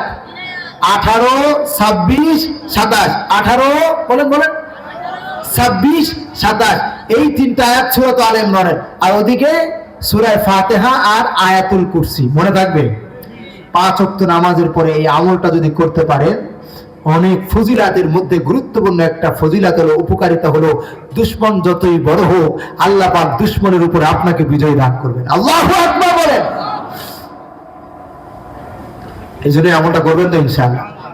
ইস্তিগফার যদি করি, বিআইয়ুবাদুল খাওফাকুম আন্নার, আল্লাহ পাক রব্বুল আলামিন প্রতি রাতে ডাকতে ডাকেন, বান্দারে আমার কাছে ইস্তিগফার কর, তওবা কর, তোকে maaf করার জন্য আমি আসছি প্রথম আসমানে। আল্লাহু আকবার। ইস্তিগফার করলে প্রথম ফজিলত হলো নিরাপদ জীবন আল্লাহ পাক দান করবেন। 2 নম্বর হলো ওয়াফাকুম গিনা। 2 নম্বর হলো আল্লাহ পাক রব্বুল আলামিন তাকে তার হালাল রুজির মধ্যে বরকত দিয়ে দিবেন। বরকত, সুবহানাল্লাহ পড়ে। হালাল রুজির মধ্যে বরকত দিয়ে দিবেন।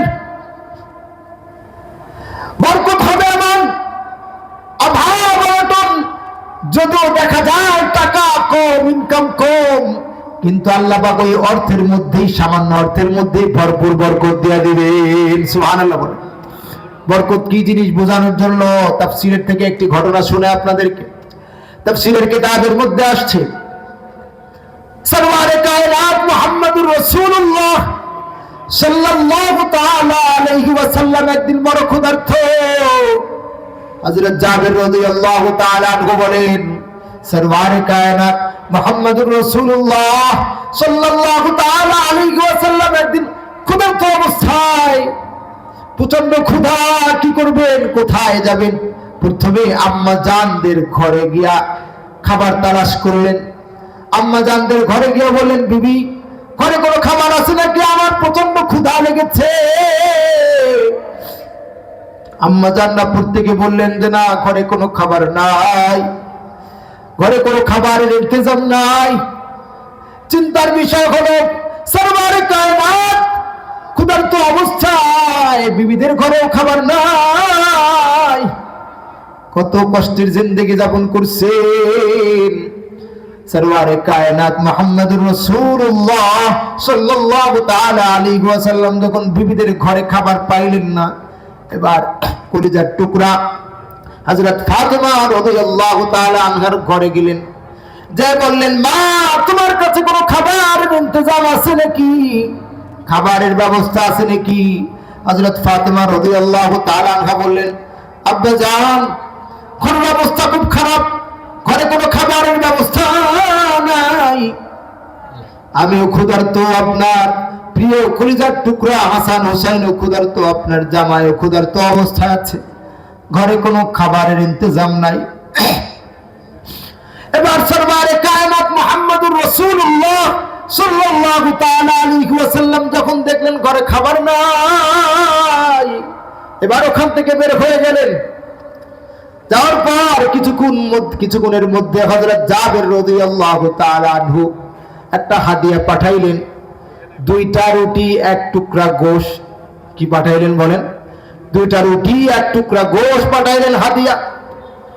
যখন নাকি 2টা রুটি 1 টুকরা গোশত হাদিয়া পাঠাইলেন, পাঠানোর পর হযরত ফাতেমা রাদিয়াল্লাহু তাআলা আনহা যখন হাদিয়াটা পাইলেন, হাদিয়াটা হাতে পাওয়ার পর এবার তিনি ঘোষণা দিলেন, আল্লাহ তাআলার কসম করে বলি, এই খাবার আমার কলিজার টুকরা সন্তানকেও দেব না। আমার হাসান হোসেন ক্ষুধার্ত, আমার প্রাণের স্বামীও ক্ষুধার্ত, কিন্তু আমি কাউকে দিব না। আমার আব্বা জান সরওয়ারে কায়নাত মুহাম্মদুর রাসূলুল্লাহ সাল্লাল্লাহু তাআলা আলাইহি ওয়াসাল্লাম একমাত্র তার জন্য খাবারটা রেখে দিব। এই কথা বইলা এবার হাসান অথবা হোসাইন রাদিয়াল্লাহু তাআলা আনহুকে বললেন, যাও তোমার নানা জানকে ডাইকা নিয়ে আসো। এবার যখন নাকি হযরত হাসান অথবা হোসাইন রাদিয়াল্লাহু তাআলা আনহু সরওয়ারে কায়নাত মুহাম্মদুর রাসূলুল্লাহ সাল্লাল্লাহু তাআলা আলাইহি ওয়াসাল্লামকে ডাইকা নিয়ে আসলেন। আসার পরে ঘরে যখন আসছেন, হযরত ফাতেমা রাদিয়াল্লাহু তাআলা আনহা বলেন, এবার আমি খাবারের পাত্রটাকে নিয়া যখন মুখটা আব্বা জানের কাছে গিয়া খুললাম, দেখা হযরত ফাতেমা রাদিয়াল্লাহু তাআলা আনহা চমকাই গেলেন, আল্লাহ পাকের প্রশংসা শুরু করলেন। কেন প্রশংসা শুরু করলেন? দেখেন জি, আগে দেখলাম 2টা রুটি আর 1 টুকরা গোশত ছিল, এখন খুলা দেখেন ওই পাত্রটা পরিপূর্ণভাবে রুটি আর গোশত দিয়া ভরপুর হয়ে আছে। আল্লাহু আকবার। ইন্নাল্লাহা ইয়ারযুকু মান ইয়াশাউ বিগাইরি হিসাব। আল্লাহ পাক যাকে চান হিসাব ছাড়া রিজিকের ফয়সালা করেন, ঠিক কিনা? রিজিকের মালিক কে? আল্লাহ তাআলাই।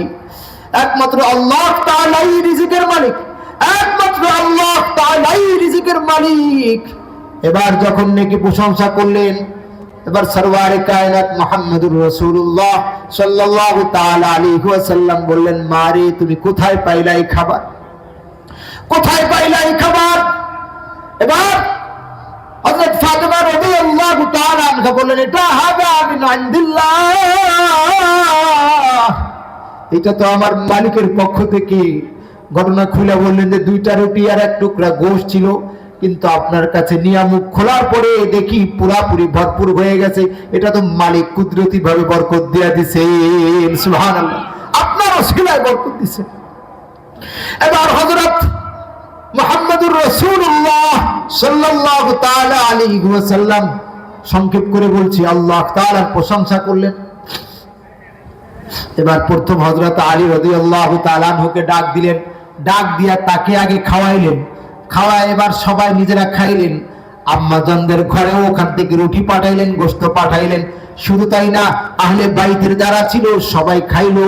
শুধু তাই না, প্রতিবেশী যারা ছিল তাদেরকেও ওই জায়গা থেকে মেহমানদারি পর্যাপ্ত পরিমাণে করার পর হযরত ফাতেমা রাদিয়াল্লাহু তাআলা আনহা বলেন, এরপরে আমি যখন ওই পাত্রের মুখটা খুললাম, খুইলা দেখি ওই পাত্রটা সেই রুটি আর গোশত দিয়া ভরপুরি রয়ে গেছে।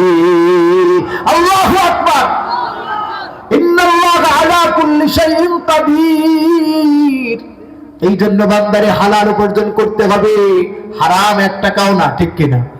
অনেকে সুদ ঘুষের কারবার করে, কিস্তির কারবার করে, সুদের কারবার করে, এদের আযাব আর গজবের কোনো অভাব নাই, ঠিক কিনা? আপনি হালাল উপার্জন করবেন। আমার এক মুসল্লি আমাকে এসে বলতেছে, হুজুর আমি চাকরি করতাম, সরকারি চাকরি, 30,000 টাকা বেতন পাইতাম, অনেক আগের ঘটনা, আরো 4-5 বছর আগের ঘটনা মনে করে। সরকারি চাকরি করতাম, 30,000 টাকা স্যালারি ছিল। এখন আমি ঘুষ খাবো না, আমার আশেপাশে যারা আছে, তুমি ঘুষ না খাইলে তোমার ট্রান্সফার করে দেবো। নাউযুবিল্লাহি মিন যালিক। হুজুর আমি বাদ দিছি, আমি ঘুষ খাওয়া, আমি চিন্তা করছি ঘুষই খাবো না, চাকরি ছেড়ে দিব, সোনার হরিণ ছেড়ে দিব। হুজুর আমি ওই সরকারি চাকরি ছেড়ে দিছি, আমি ঘুষ খাবো না, এই জন্য আল্লাহ পাক আমাকে 50,000 টাকা হালাল চাকরির ব্যবস্থা করে দিয়েছেন। সুবহানাল্লাহ, 50,000 টাকা বেতনে। আর একজনের ঘটনা শোনায়, খুলনার এক মুসল্লি, ওনার একটা চাকরি হয়েছিল, ওইটা নাজায়েজ, 1 লক্ষ টাকা বেতন। কত টাকা? নাজায়েজ, কিন্তু বেতন কত? 1 লক্ষ টাকা। চাকরিটা পাওয়ার পর মা বাপ কি চায় এই চাকরিটা ছাড়ুক।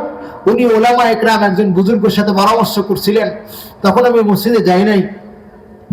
তারপর হুজুর বলছিলেন, তুমি ছেড়ে দাও, আল্লাহর জন্য, আল্লাহ পাকের জন্য ছেড়ে দাও, হারাম ছেড়ে দাও, আল্লাহ পাক তোমার জন্য সাহায্য করবেন। সুবহানাল্লাহ বলেন, তোমাকে সাহায্য করবে।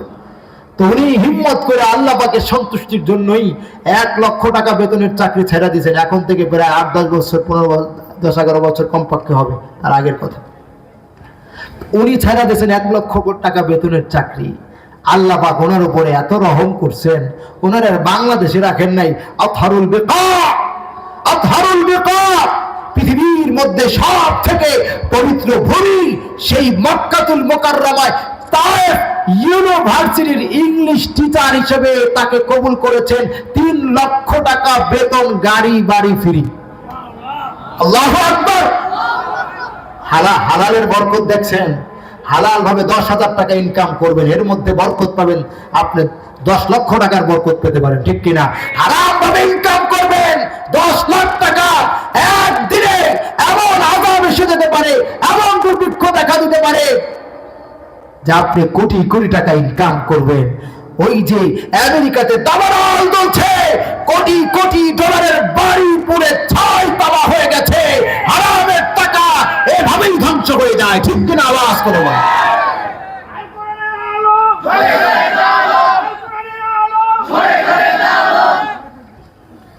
এই জন্য বলছে হালাল ভাবে উপার্জন করেন, অল্প করেন। আফাকুরাকুম গিনা, আল্লাহ পাক রব্বুল আলামিন, এবং ইস্তেগফার, গুনাহমুক্ত জীবন করেন, আল্লাহ পাক আপনাকে পবিত্র জীবন, বরকতপূর্ণ জীবন দান করবেন। সুবহানাল্লাহ বলেন। যা ইনকাম করবেন এর মধ্যে বরকত। 3 নম্বর হলো ওয়াশাকাতুম সাআদা। আল্লাহ পাক রব্বুল আলামিন, আপনার দুর্ভাগ্য যদি থাকে, অনেকে বলে হুজুর যে জায়গায় হাত দিয়ে এটা ছাই হয়ে যায়, আছে না নাই? সেদিন এক মুসল্লি আমাকে এসে বলতে, হুজুর যেখানে হাত দিয়ে এটা ছাই হয়ে যায়, স্বর্ণে হাত দিলে কেমন যেন ছাই হয়ে যায়। ছাই ভাই কেন?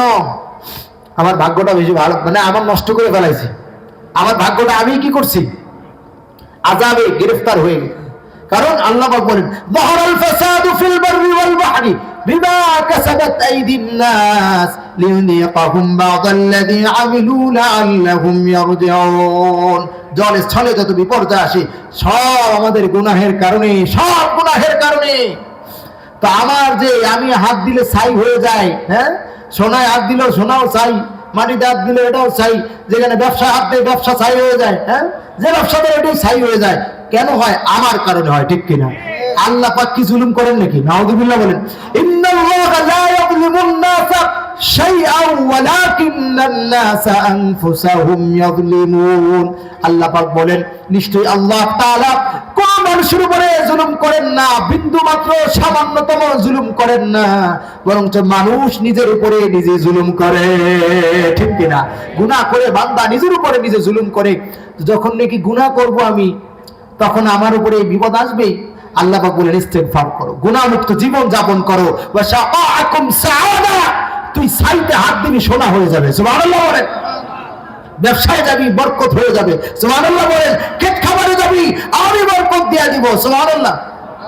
কথা বুঝতে পারছেন? বুখারী শরীফের মধ্যে আসছে, বিভিন্ন কিতাব, হাদিসের কিতাবের মধ্যে আসছে, বনী ইসরাইলের জামানায় এক আল্লাহর বান্দা সে জমিনের মধ্যে কাজ করতেছে, হঠাৎ করে দেখি মেঘের ভিতর থেকে আওয়াজ আসতেছে। কি আওয়াজ? আওয়াজ হচ্ছে যে অমুকের জমিনে পানি দাও, পানি বর্ষণ করো। আল্লাহু আকবার বলেন। মেঘের থেকে আওয়াজ আসতেছে। এই আওয়াজ শুনে উনি আসমানের দিকে তাকায় অবাক হয়ে গেছে। ঘটনা কি? এই আওয়াজ তো জিন্দেগিতে শুনি নাই, মেঘের থেকে আওয়াজ আসে। কি দেখে যে মুহূর্তের মধ্যে বৃষ্টি বর্ষণ শুরু হয়ে গেছে। সুবহানাল্লাহ বলেন। মুহূর্তের মধ্যে বৃষ্টি বর্ষণ শুরু হয়ে গেছে। বুঝতে পারছে নিশ্চয়ই কোন আল্লাহর প্রিয় বান্দার জন্য এই বৃষ্টি নাযিল হয়েছে। এবার যখন বৃষ্টি বর্ষণ হয়েছে, বৃষ্টিগুলি বর্ষণ হয়ে একটা নালায় জমা হয়ে এবার একদিকে দৌড় শুরু করছে। আল্লাহু আকবার। যখন নাকি পানিটা একদিকে দৌড় শুরু করছে, ওই লোকটা ওইদিকে যাওয়া শুরু করছে, পানির পিছনে পিছনে যায়।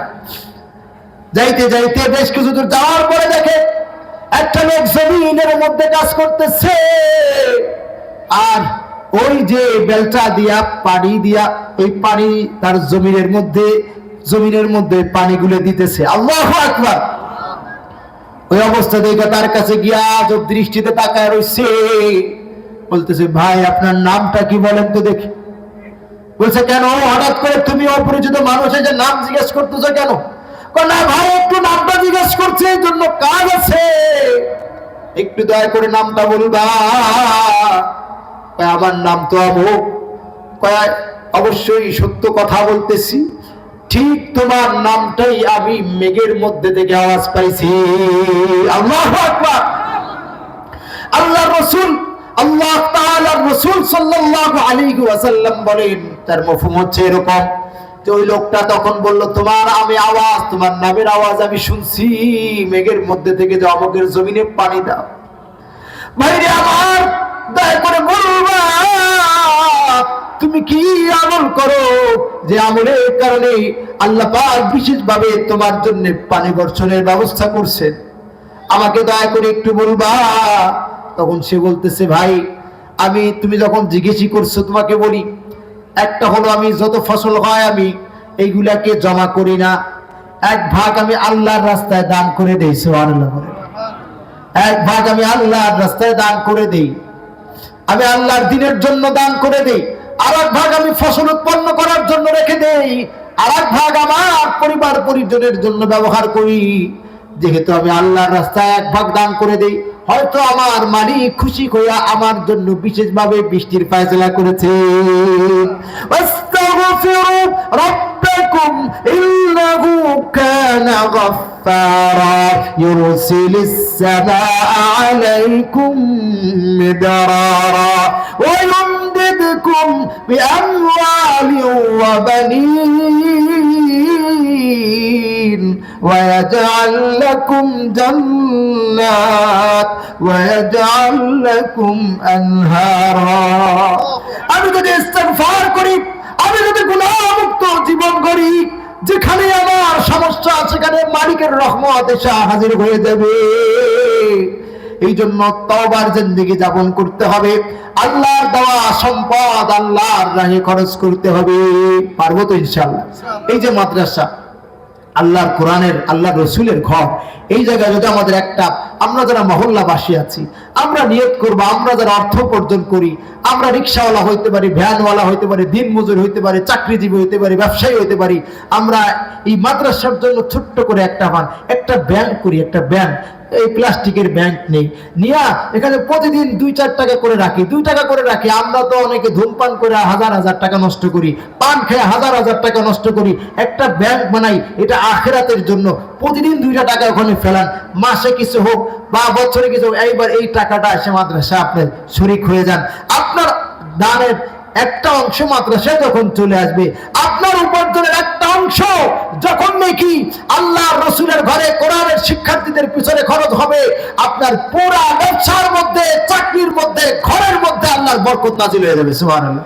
আপনি বিপদে পড়বেন, তখন আল্লাহ পাকের পক্ষ থেকে ঘোষণা এসে যাবে, এই আমার ওই বান্দা প্রতি মাসে আমার কোরআনের শিক্ষার্থীদের পিছনে, আমার প্রিয় বান্দাদের খরচ করে, এদের জন্য এরা রহমতটা নিয়ে আসে। এই প্রত্যেকটা মাদ্রাসা, যত মাদ্রাসা আছে, এটা এক একটা পাওয়ার হাউস, এক একটা পাওয়ার হাউস। সত্য কথা বলছে, ওদিক বলতে গেলে দেরি হয়ে যাবে, রাত হয়ে গেছে অনেক। আমি নিয়ত করছিলাম 1 ঘন্টা আলোচনা করবো, 1 ঘন্টা আরো অনেক আগে পার হয়ে গেছে। আপনাদের যে কয়জন মনোযোগ দিয়ে শুনতেছেন আমারও ভালো লাগতেছে, কালকে জুমা, তারপরেও করতেছি। যাই হোক, এখন বলতেছি যে আপনারা কি বলতেছিলাম ভুলে গেলাম। পাওয়ার হাউস, মাশাআল্লাহ, জাযাকাল্লাহু খায়রুল জাযা। আমাদের দেশে দেখেন না লোডশেডিং হয় কিসের সময়? গরমের সময় লোডশেডিং হয়, সাপ্লাই নাই, বিদ্যুৎ উৎপাদন নাই, সাপ্লাইও নাই। তো ভাই যখন উৎপাদন না হয় সাপ্লাই দিতে পারে না, সাপ্লাই না দিলে ঘরে ঘরে অন্ধকার হয়, উন্নতি করতে পারে না, ঠিক কিনা? মিল ফ্যাক্টরি যদি বন্ধ থাকে, বিদ্যুৎ যদি সরবরাহ সঠিকভাবে না হয়, তাহলে তো উন্নয়নশীল হতে পারবো না। খোদার কসম করে বলি, যেমন নাকি জাগতিক এই বিদ্যুতের মাধ্যমে, আলোর মাধ্যমে আমরা জাগতিক উন্নতি সাধন করি, আল্লাহর কসম করে বলি, কেউ যদি আখিরাতের পথে আল্লাহর জন্য, আখিরাতের জন্য নিজের জীবনকে সফলময় করতে চায়, কেউ যদি চায় আখিরাত অর্জন করার জন্য, তাহলে কোরআনের আলো সরবরাহ ছাড়া, কোরআনের বিদ্যুৎ ঘরে ঘরে সরবরাহ করা ছাড়া জিন্দেগিতে সফলতা আসা সম্ভব নয়, ঠিক কিনা? আওয়াজ করে বলেন। এই যে প্রত্যেকটা মাদ্রাসা একটা পাওয়ার হাউস। অনেকে বলে গলিতে গলিতে মাদ্রাসা, রে ভাই এই প্রত্যেকটা একটা পাওয়ার হাউস। আপনাকে আমি বলি, আল্লাহ রাসূল সাল্লাল্লাহু আলাইহি ওয়াসাল্লাম একদিন বলছেন, আমার সাহাবীরা শোনো, আল্লাহর এই জমিনের মধ্যে আল্লাহ পাকের পরিবারের মর্যাদাভুক্ত লোক বসবাস করে। সুবহানাল্লাহ পড়েন। আল্লাহ পাকের পরিবারের লোক কি মনে করেন? পরিবার, আল্লাহ পাকের কি কোনো পরিবার আছে? নাই, লাম ইয়ালিদ ওয়া লাম ইউলাদ। কিন্তু আল্লাহ পাকের পরিবারের মর্যাদা রাখে এমন কিছু ব্যক্তি আল্লাহর জমিনে বসবাস করে। সাহাবা আজমাইন আশ্চর্য হয়ে গেলেন, তারা কারা? আল্লাহর রাসূল সাল্লাল্লাহু তাআলা আলাইহি ওয়াসাল্লাম বলেন, শোনো, তারা হচ্ছে আহলুল কুরআনি হুম আহলুল্লাহি ওয়া খাসাতু। তারা আর কেউ না, এরা হচ্ছে আহলে কোরআন, কোরআনের শিক্ষার্থী যারা, কোরআনের ধারক বাহক যারা, এরা হচ্ছে আল্লাহ পাকের পরিবারের মর্যাদাভুক্ত। সুবহানাল্লাহ পড়েন। এবার আপনারা একটু খেয়াল করে বলুন, উঠেন না ভাই, দোয়া করে চলে যাবো। আপনাদের থেকে আমি বেশি ব্যস্ত, কালকে জুমা, আমি অনেক ব্যস্ত, এই জন্য একটু উঠেন না ভাই, ভালো লাগতেছে, উঠে আমার মনটা নষ্ট করে দিয়ে না, বসেন, দোয়া করে যাবেন ইনশাআল্লাহ। তো বলতেছিলাম যে আমি একবার আরিচা থেকে পার হচ্ছিলাম। আরিচা থেকে পার হওয়ার সময় আমি বাসে করে পার হচ্ছি, আমার দিকে তাকান। তো বাসে করে পার হওয়ার সময় আমরা আটকে আছি, আমরা কি আছি? জামে আটকে আছি। তখন এই পদ্মা সেতু হয় নাই, তো আটকে আছি। হঠাৎ করে বেশ কিছুক্ষণ পরে একজনে বলতেছে যে আমাদের গাড়ি এখন পার হয়ে যাবে। কেন? কয় আমাদের গাড়িতে ভিআইপি আছে, ভিআইপি পার্সন আছে। কি আছে? VIP person. এতক্ষণ জামে আটকে থাকলাম, এখন ভিআইপি পার্সন উদয় কমতে হলো। তো যাই একজন ছিল, তো চুপে চাপে ছিল, এখন বলতেছে ভিআইপি পার্সন আছে, ব্যাস এখন বাস পার হয়ে যাবে, একেবারে পুরা কি উড়ে চলে যাবে, এত আর কোনো জাম থাকবে না। তা আমি তখন আল্লাহ পাক আমার মাথায় একটা কথা ঢাললেন ওই সময়। কি কথা? একজন ভিআইপি পার্সন, হানিফ বাড়ির বাসে ছিলাম আমি, একজন ভিআইপি পার্সন এই বাসের মধ্যে থাকার কারণে এই পুরা জাম, ঘন্টার পর ঘন্টা যানজটে বসে আছি, এই সব যানজট মুক্ত এরিয়া থেকে একেবারে সুন্দরভাবে পার করে দেবে একজন ভিআইপি পার্সনের কারণে। অথচ এই গাড়ির মধ্যে, এই বাসের মধ্যে রিক্সাওয়ালাও থাকতে পারে, ভ্যানওয়ালাও থাকতে পারে, কৃষকও থাকতে পারেন, ঠিক কিনা? কি বলেন? আওয়াজ করে বলেন। দিনমজুর থাকতে পারে। এই সব এই ভিআইপি মর্যাদা পায় গেলে একজন ব্যক্তির কারণে। আল্লাহু আকবার বলেন। এবার ভালো করে বুঝেন, দুনিয়ার সামান্য একজন ভিআইপি পার্সনের কারণে টোটাল বাসের যাত্রীরা ভিআইপি মর্যাদা পায়া সা করা কি করলো? জাম মুক্ত একেবারে আরিচা নদী পার হয়ে গেল। তাহলে আল্লাহর রাসূল বলেছেন, আল্লাহ পাকের ভিআইপি পার্সন কার? কার? দুনিয়ার কোন প্রধানমন্ত্রীর ভিআইপি পার্সন না। দুনিয়ার প্রধানমন্ত্রীর ভিআইপি পার্সন, এমপি, মন্ত্রী, মিনিস্টার যেখানে থাকে সেই মহল্লাটা ভিআইপি মহল্লা হয়ে যায়, ঠিক কিনা? ভিআইপি এলাকা, ভিআইপি মহল্লা, এই ভিআইপি মহল্লার জন্য প্রধানমন্ত্রী ভিআইপি বাজেট রাখে, গাড়ি, বাড়ি, চিকিৎসা, সিকিউরিটি সবকিছু ভিআইপি ব্যবস্থাপনা থাকে। আল্লাহর ভিআইপি পার্সন যারা, রব্বে করিম যিনি, রাজ্জাক যিনি, রব যিনি, খালেক যিনি, তার ভিআইপি পার্সন বান্দা আহলে কোরআন, কোরআনের শিক্ষার্থী, কোরআনের ধারক বাহক, হক্কানি ওলামায়ে কেরাম, হাফেজে কোরআন যেখানে থাকে, তাহলে দুনিয়ার একজন ভিআইপির কারণে যদি এক বাসে পুরা যাত্রী ভিআইপি হতে পারে, তাহলে আল্লাহ পাকের ভিআইপি পার্সন এক বান্দা থাকলে পুরা মহল্লার মানুষ আল্লাহর কাছে ভিআইপি মর্যাদা পেয়ে যায়। সুবহানাল্লাহ বলেন। আল্লাহু আকবার। আপনারা কি আমার কথা বুঝতে পারছেন? একটা দুনিয়ার এক ভিআইপি পার্সনের কারণে পুরা বাস ভিআইপি পার্সন হয়ে ভিআইপি মর্যাদা পেয়ে গেছে। আল্লাহর ভিআইপি পার্সন কোরআনের শিক্ষার্থী একটা মহল্লায় একজন যদি থাকে, একজনের কারণে পুরা মহল্লাবাসী আল্লাহর কাছে রহমত, ভিআইপি রহমতের ভাগীদার হয়ে যায়। সুবহানাল্লাহ বলেন। তাহলে আপনাদের এই মাদ্রাসায় কত ছাত্র আছে? প্রত্যেকটা ছাত্র এক একজন ভিআইপি পার্সন। সুবহানাল্লাহ পড়েন। হুজুররা আছেন, উলামা একরাম, সবাই ভিআইপি পার্সন। এত ভিআইপি পার্সন যাদের কারণে আল্লাহর রহমত প্রতিদিন লক্ষ লক্ষ কোটি কোটি রহমত আল্লাহ পাকের জমিনে আসতেছে, আযাব থেকে আপনারা বাঁচতেছেন। তাদেরকে একটু সহযোগিতা দরকার আছে না নাই? এই পাওয়ার হাউসগুলি আমাদের সহযোগিতা দরকার আছে না নাই? একটু বলেন না যে আপনারা কে কি দিবেন। আমি আসলে কালেকশনের বক্তা না, আমি বলছিলাম আমি কালেকশন অত পারি না। আমি যা বললাম কোরআন হাদিস থেকে। এবার আপনারা বলেন যে আল্লাহর জন্য, ওই যে ঘটনা শুনাইলাম, এক অংশ আল্লাহর দিনের জন্য খরচ করছে, ম্যাগের থেকে আওয়াজ দিয়ে আল্লাহ পাক পাঠাচ্ছেন, এই আমার ওই বান্দার জমিনে পানি দে।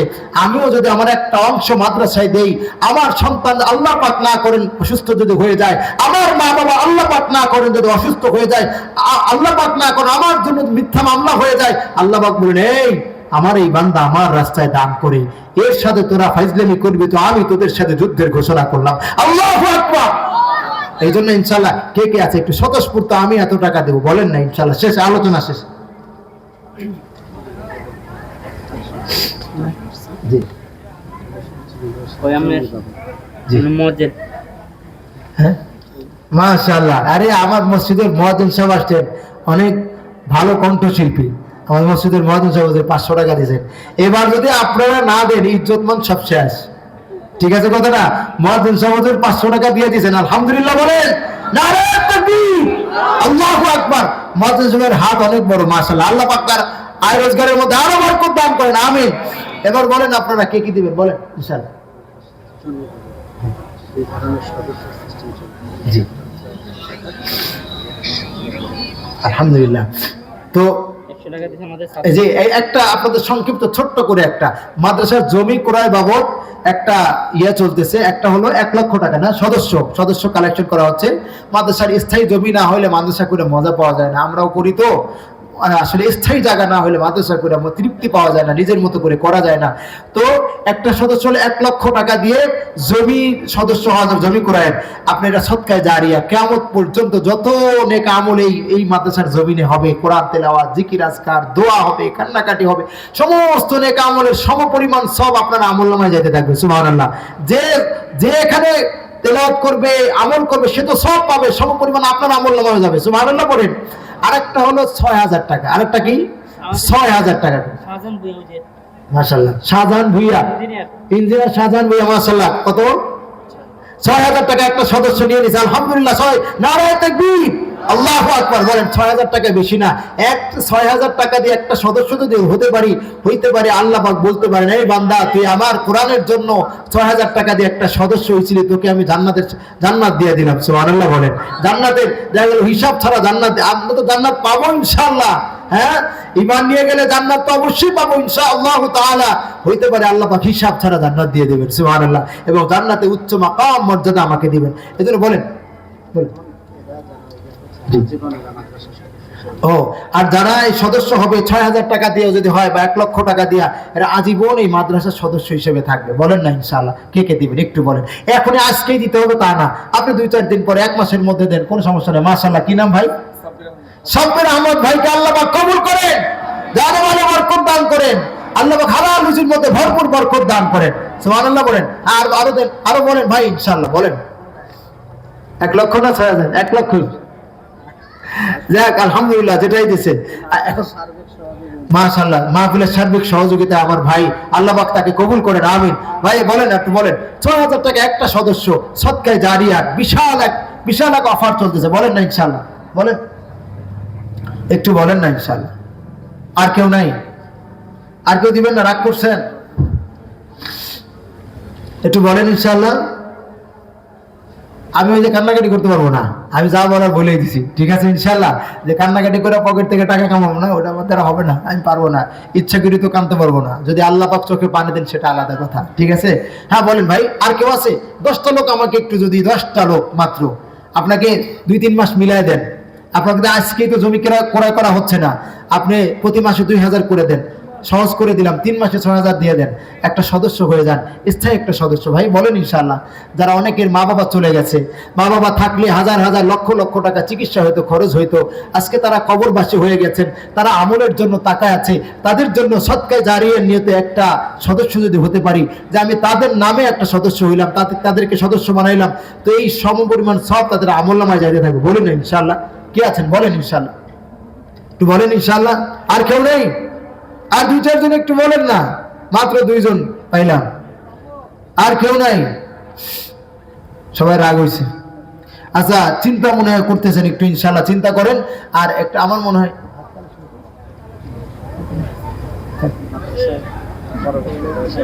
আচ্ছা, পরবর্তীতে আপনারা এসে একটু সদস্য হয়ে যাবেন, ঠিক আছে তো ইনশাআল্লাহ? হয়তো অনেকে চিন্তা করতেছেন একটু আলো, হ্যাঁ আচ্ছা ইনশাআল্লাহ ঠিক আছে। তো যাই হোক, আমি আপনারা চিন্তা করতে থাকেন। এর মধ্যে ছোট্ট একটা, আমার মুয়াজ্জিন সাহেব 500 টাকা আপনাদের হাদিয়া দিয়েছে। ওনারা 2 জন, মুয়াজ্জিন সাহেব আর খাদেম সাহেব, খুব ভালো হাফেজ আর খুব ভালো কণ্ঠশিল্পী। 2 জন মিলে একটা গজল আপনারা শুনেন, উপর আমি দোয়া করে দেবো, ঠিক আছে ইনশাআল্লাহ? একটা গজল শুনেন, একটা গজল শুনবেন, শোনার পরে আমি দোয়া করে দেবো। আসেন, 2 জনই আসেন, অথবা একজন, যে কোনো একজনই বললে হবে, অথবা 2 জন আসেন, একটা গজল গো। আচ্ছা, এবার ইকুটিকু দিয়েন ভাই সুন্দর করে, আপনারা দিতে থাকেন, ফাঁকে ফাঁকে একটু দেন ইনশাআল্লাহ, আমি নিতেছি। মাশাআল্লাহ। এই যে ভাই, কি নাম? মহিবুল্লাহ ভাই, 4টা নাম একসাথে। আল্লাহু আকবার, নারে তাকবীর, আল্লাহু আকবার। আল্লাহ পাক রব্বুল আলামিন তার দানকে কবুল করেন। আল্লাহ পাক এই দানের ওসিলায় আল্লাহ পাক জান্নাতের সুউচ্চ মাকাম তাদেরকে দান করেন। সুবহানাল্লাহ বলেন। ভাই এভাবে চিন্তা করে এসে বলে যান ইনশাআল্লাহ। আর গজল শুনতে থাকেন। জি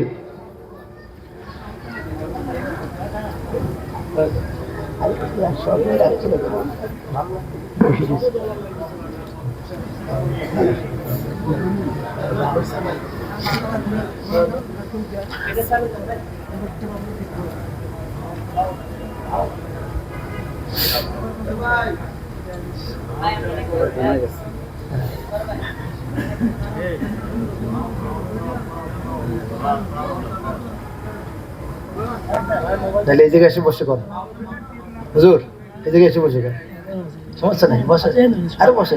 আচ্ছা হ্যালো, হ্যাঁ ঠিক আছে। হ্যালো, আচ্ছা। আসসালামু আলাইকুম ওয়া রাহমাতুল্লাহি ওয়া বারাকাতুহু।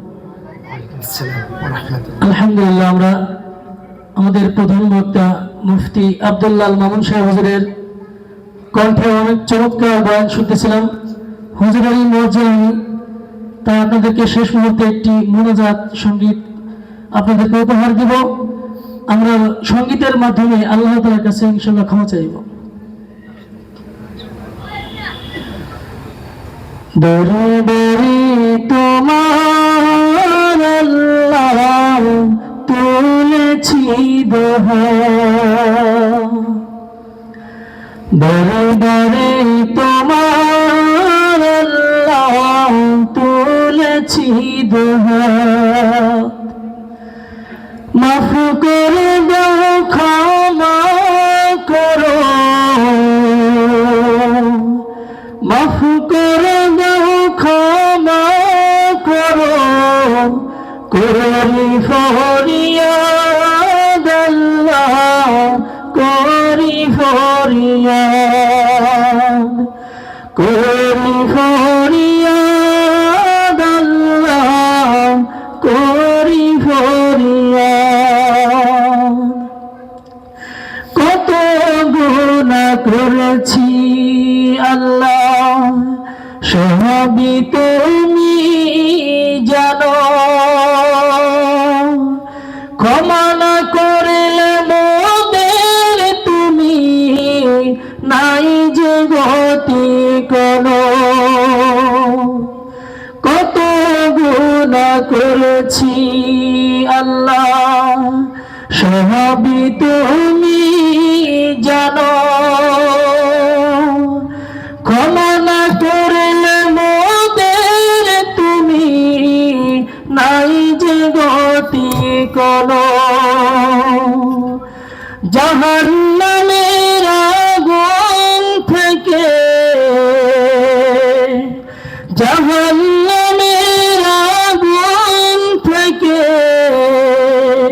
দাও প্রভু নাজাত আল্লাহ করি ফরিয়াদ আল্লাহ করি ফরিয়াদ তুমি যে মেহেরবান দয়ার সাগর তুলনা নাই তোমার তুমি বিনে মুক্তি দেবার সাধ্য আছে কার তুমি যে মেহেরবান দয়ার সাগর তুলনা নাই তোমার তুমি বিনে মুক্তি দেবার সাধ্য আছে কার কবুল করো দয়ার সাগর কবুল করো দয়ার সাগর মোদের মুনাজাত আল্লাহ করি ফরিয়াদ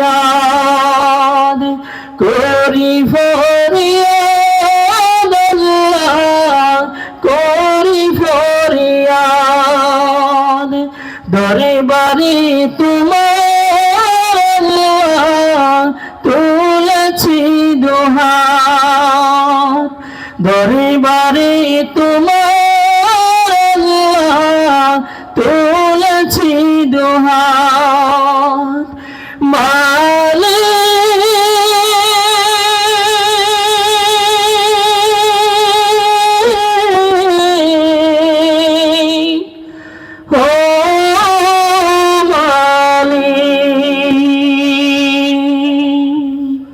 মাশাআল্লাহ মাশাআল্লাহ মারহাবা আলহামদুলিল্লাহ শুধু হ্যাঁ দোয়া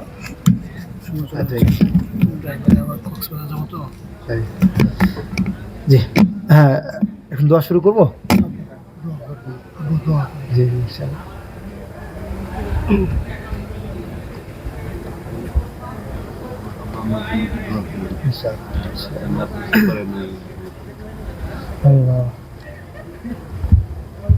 আসসালামু আলাইকুম। সম্মানিত অতিথিবৃন্দ,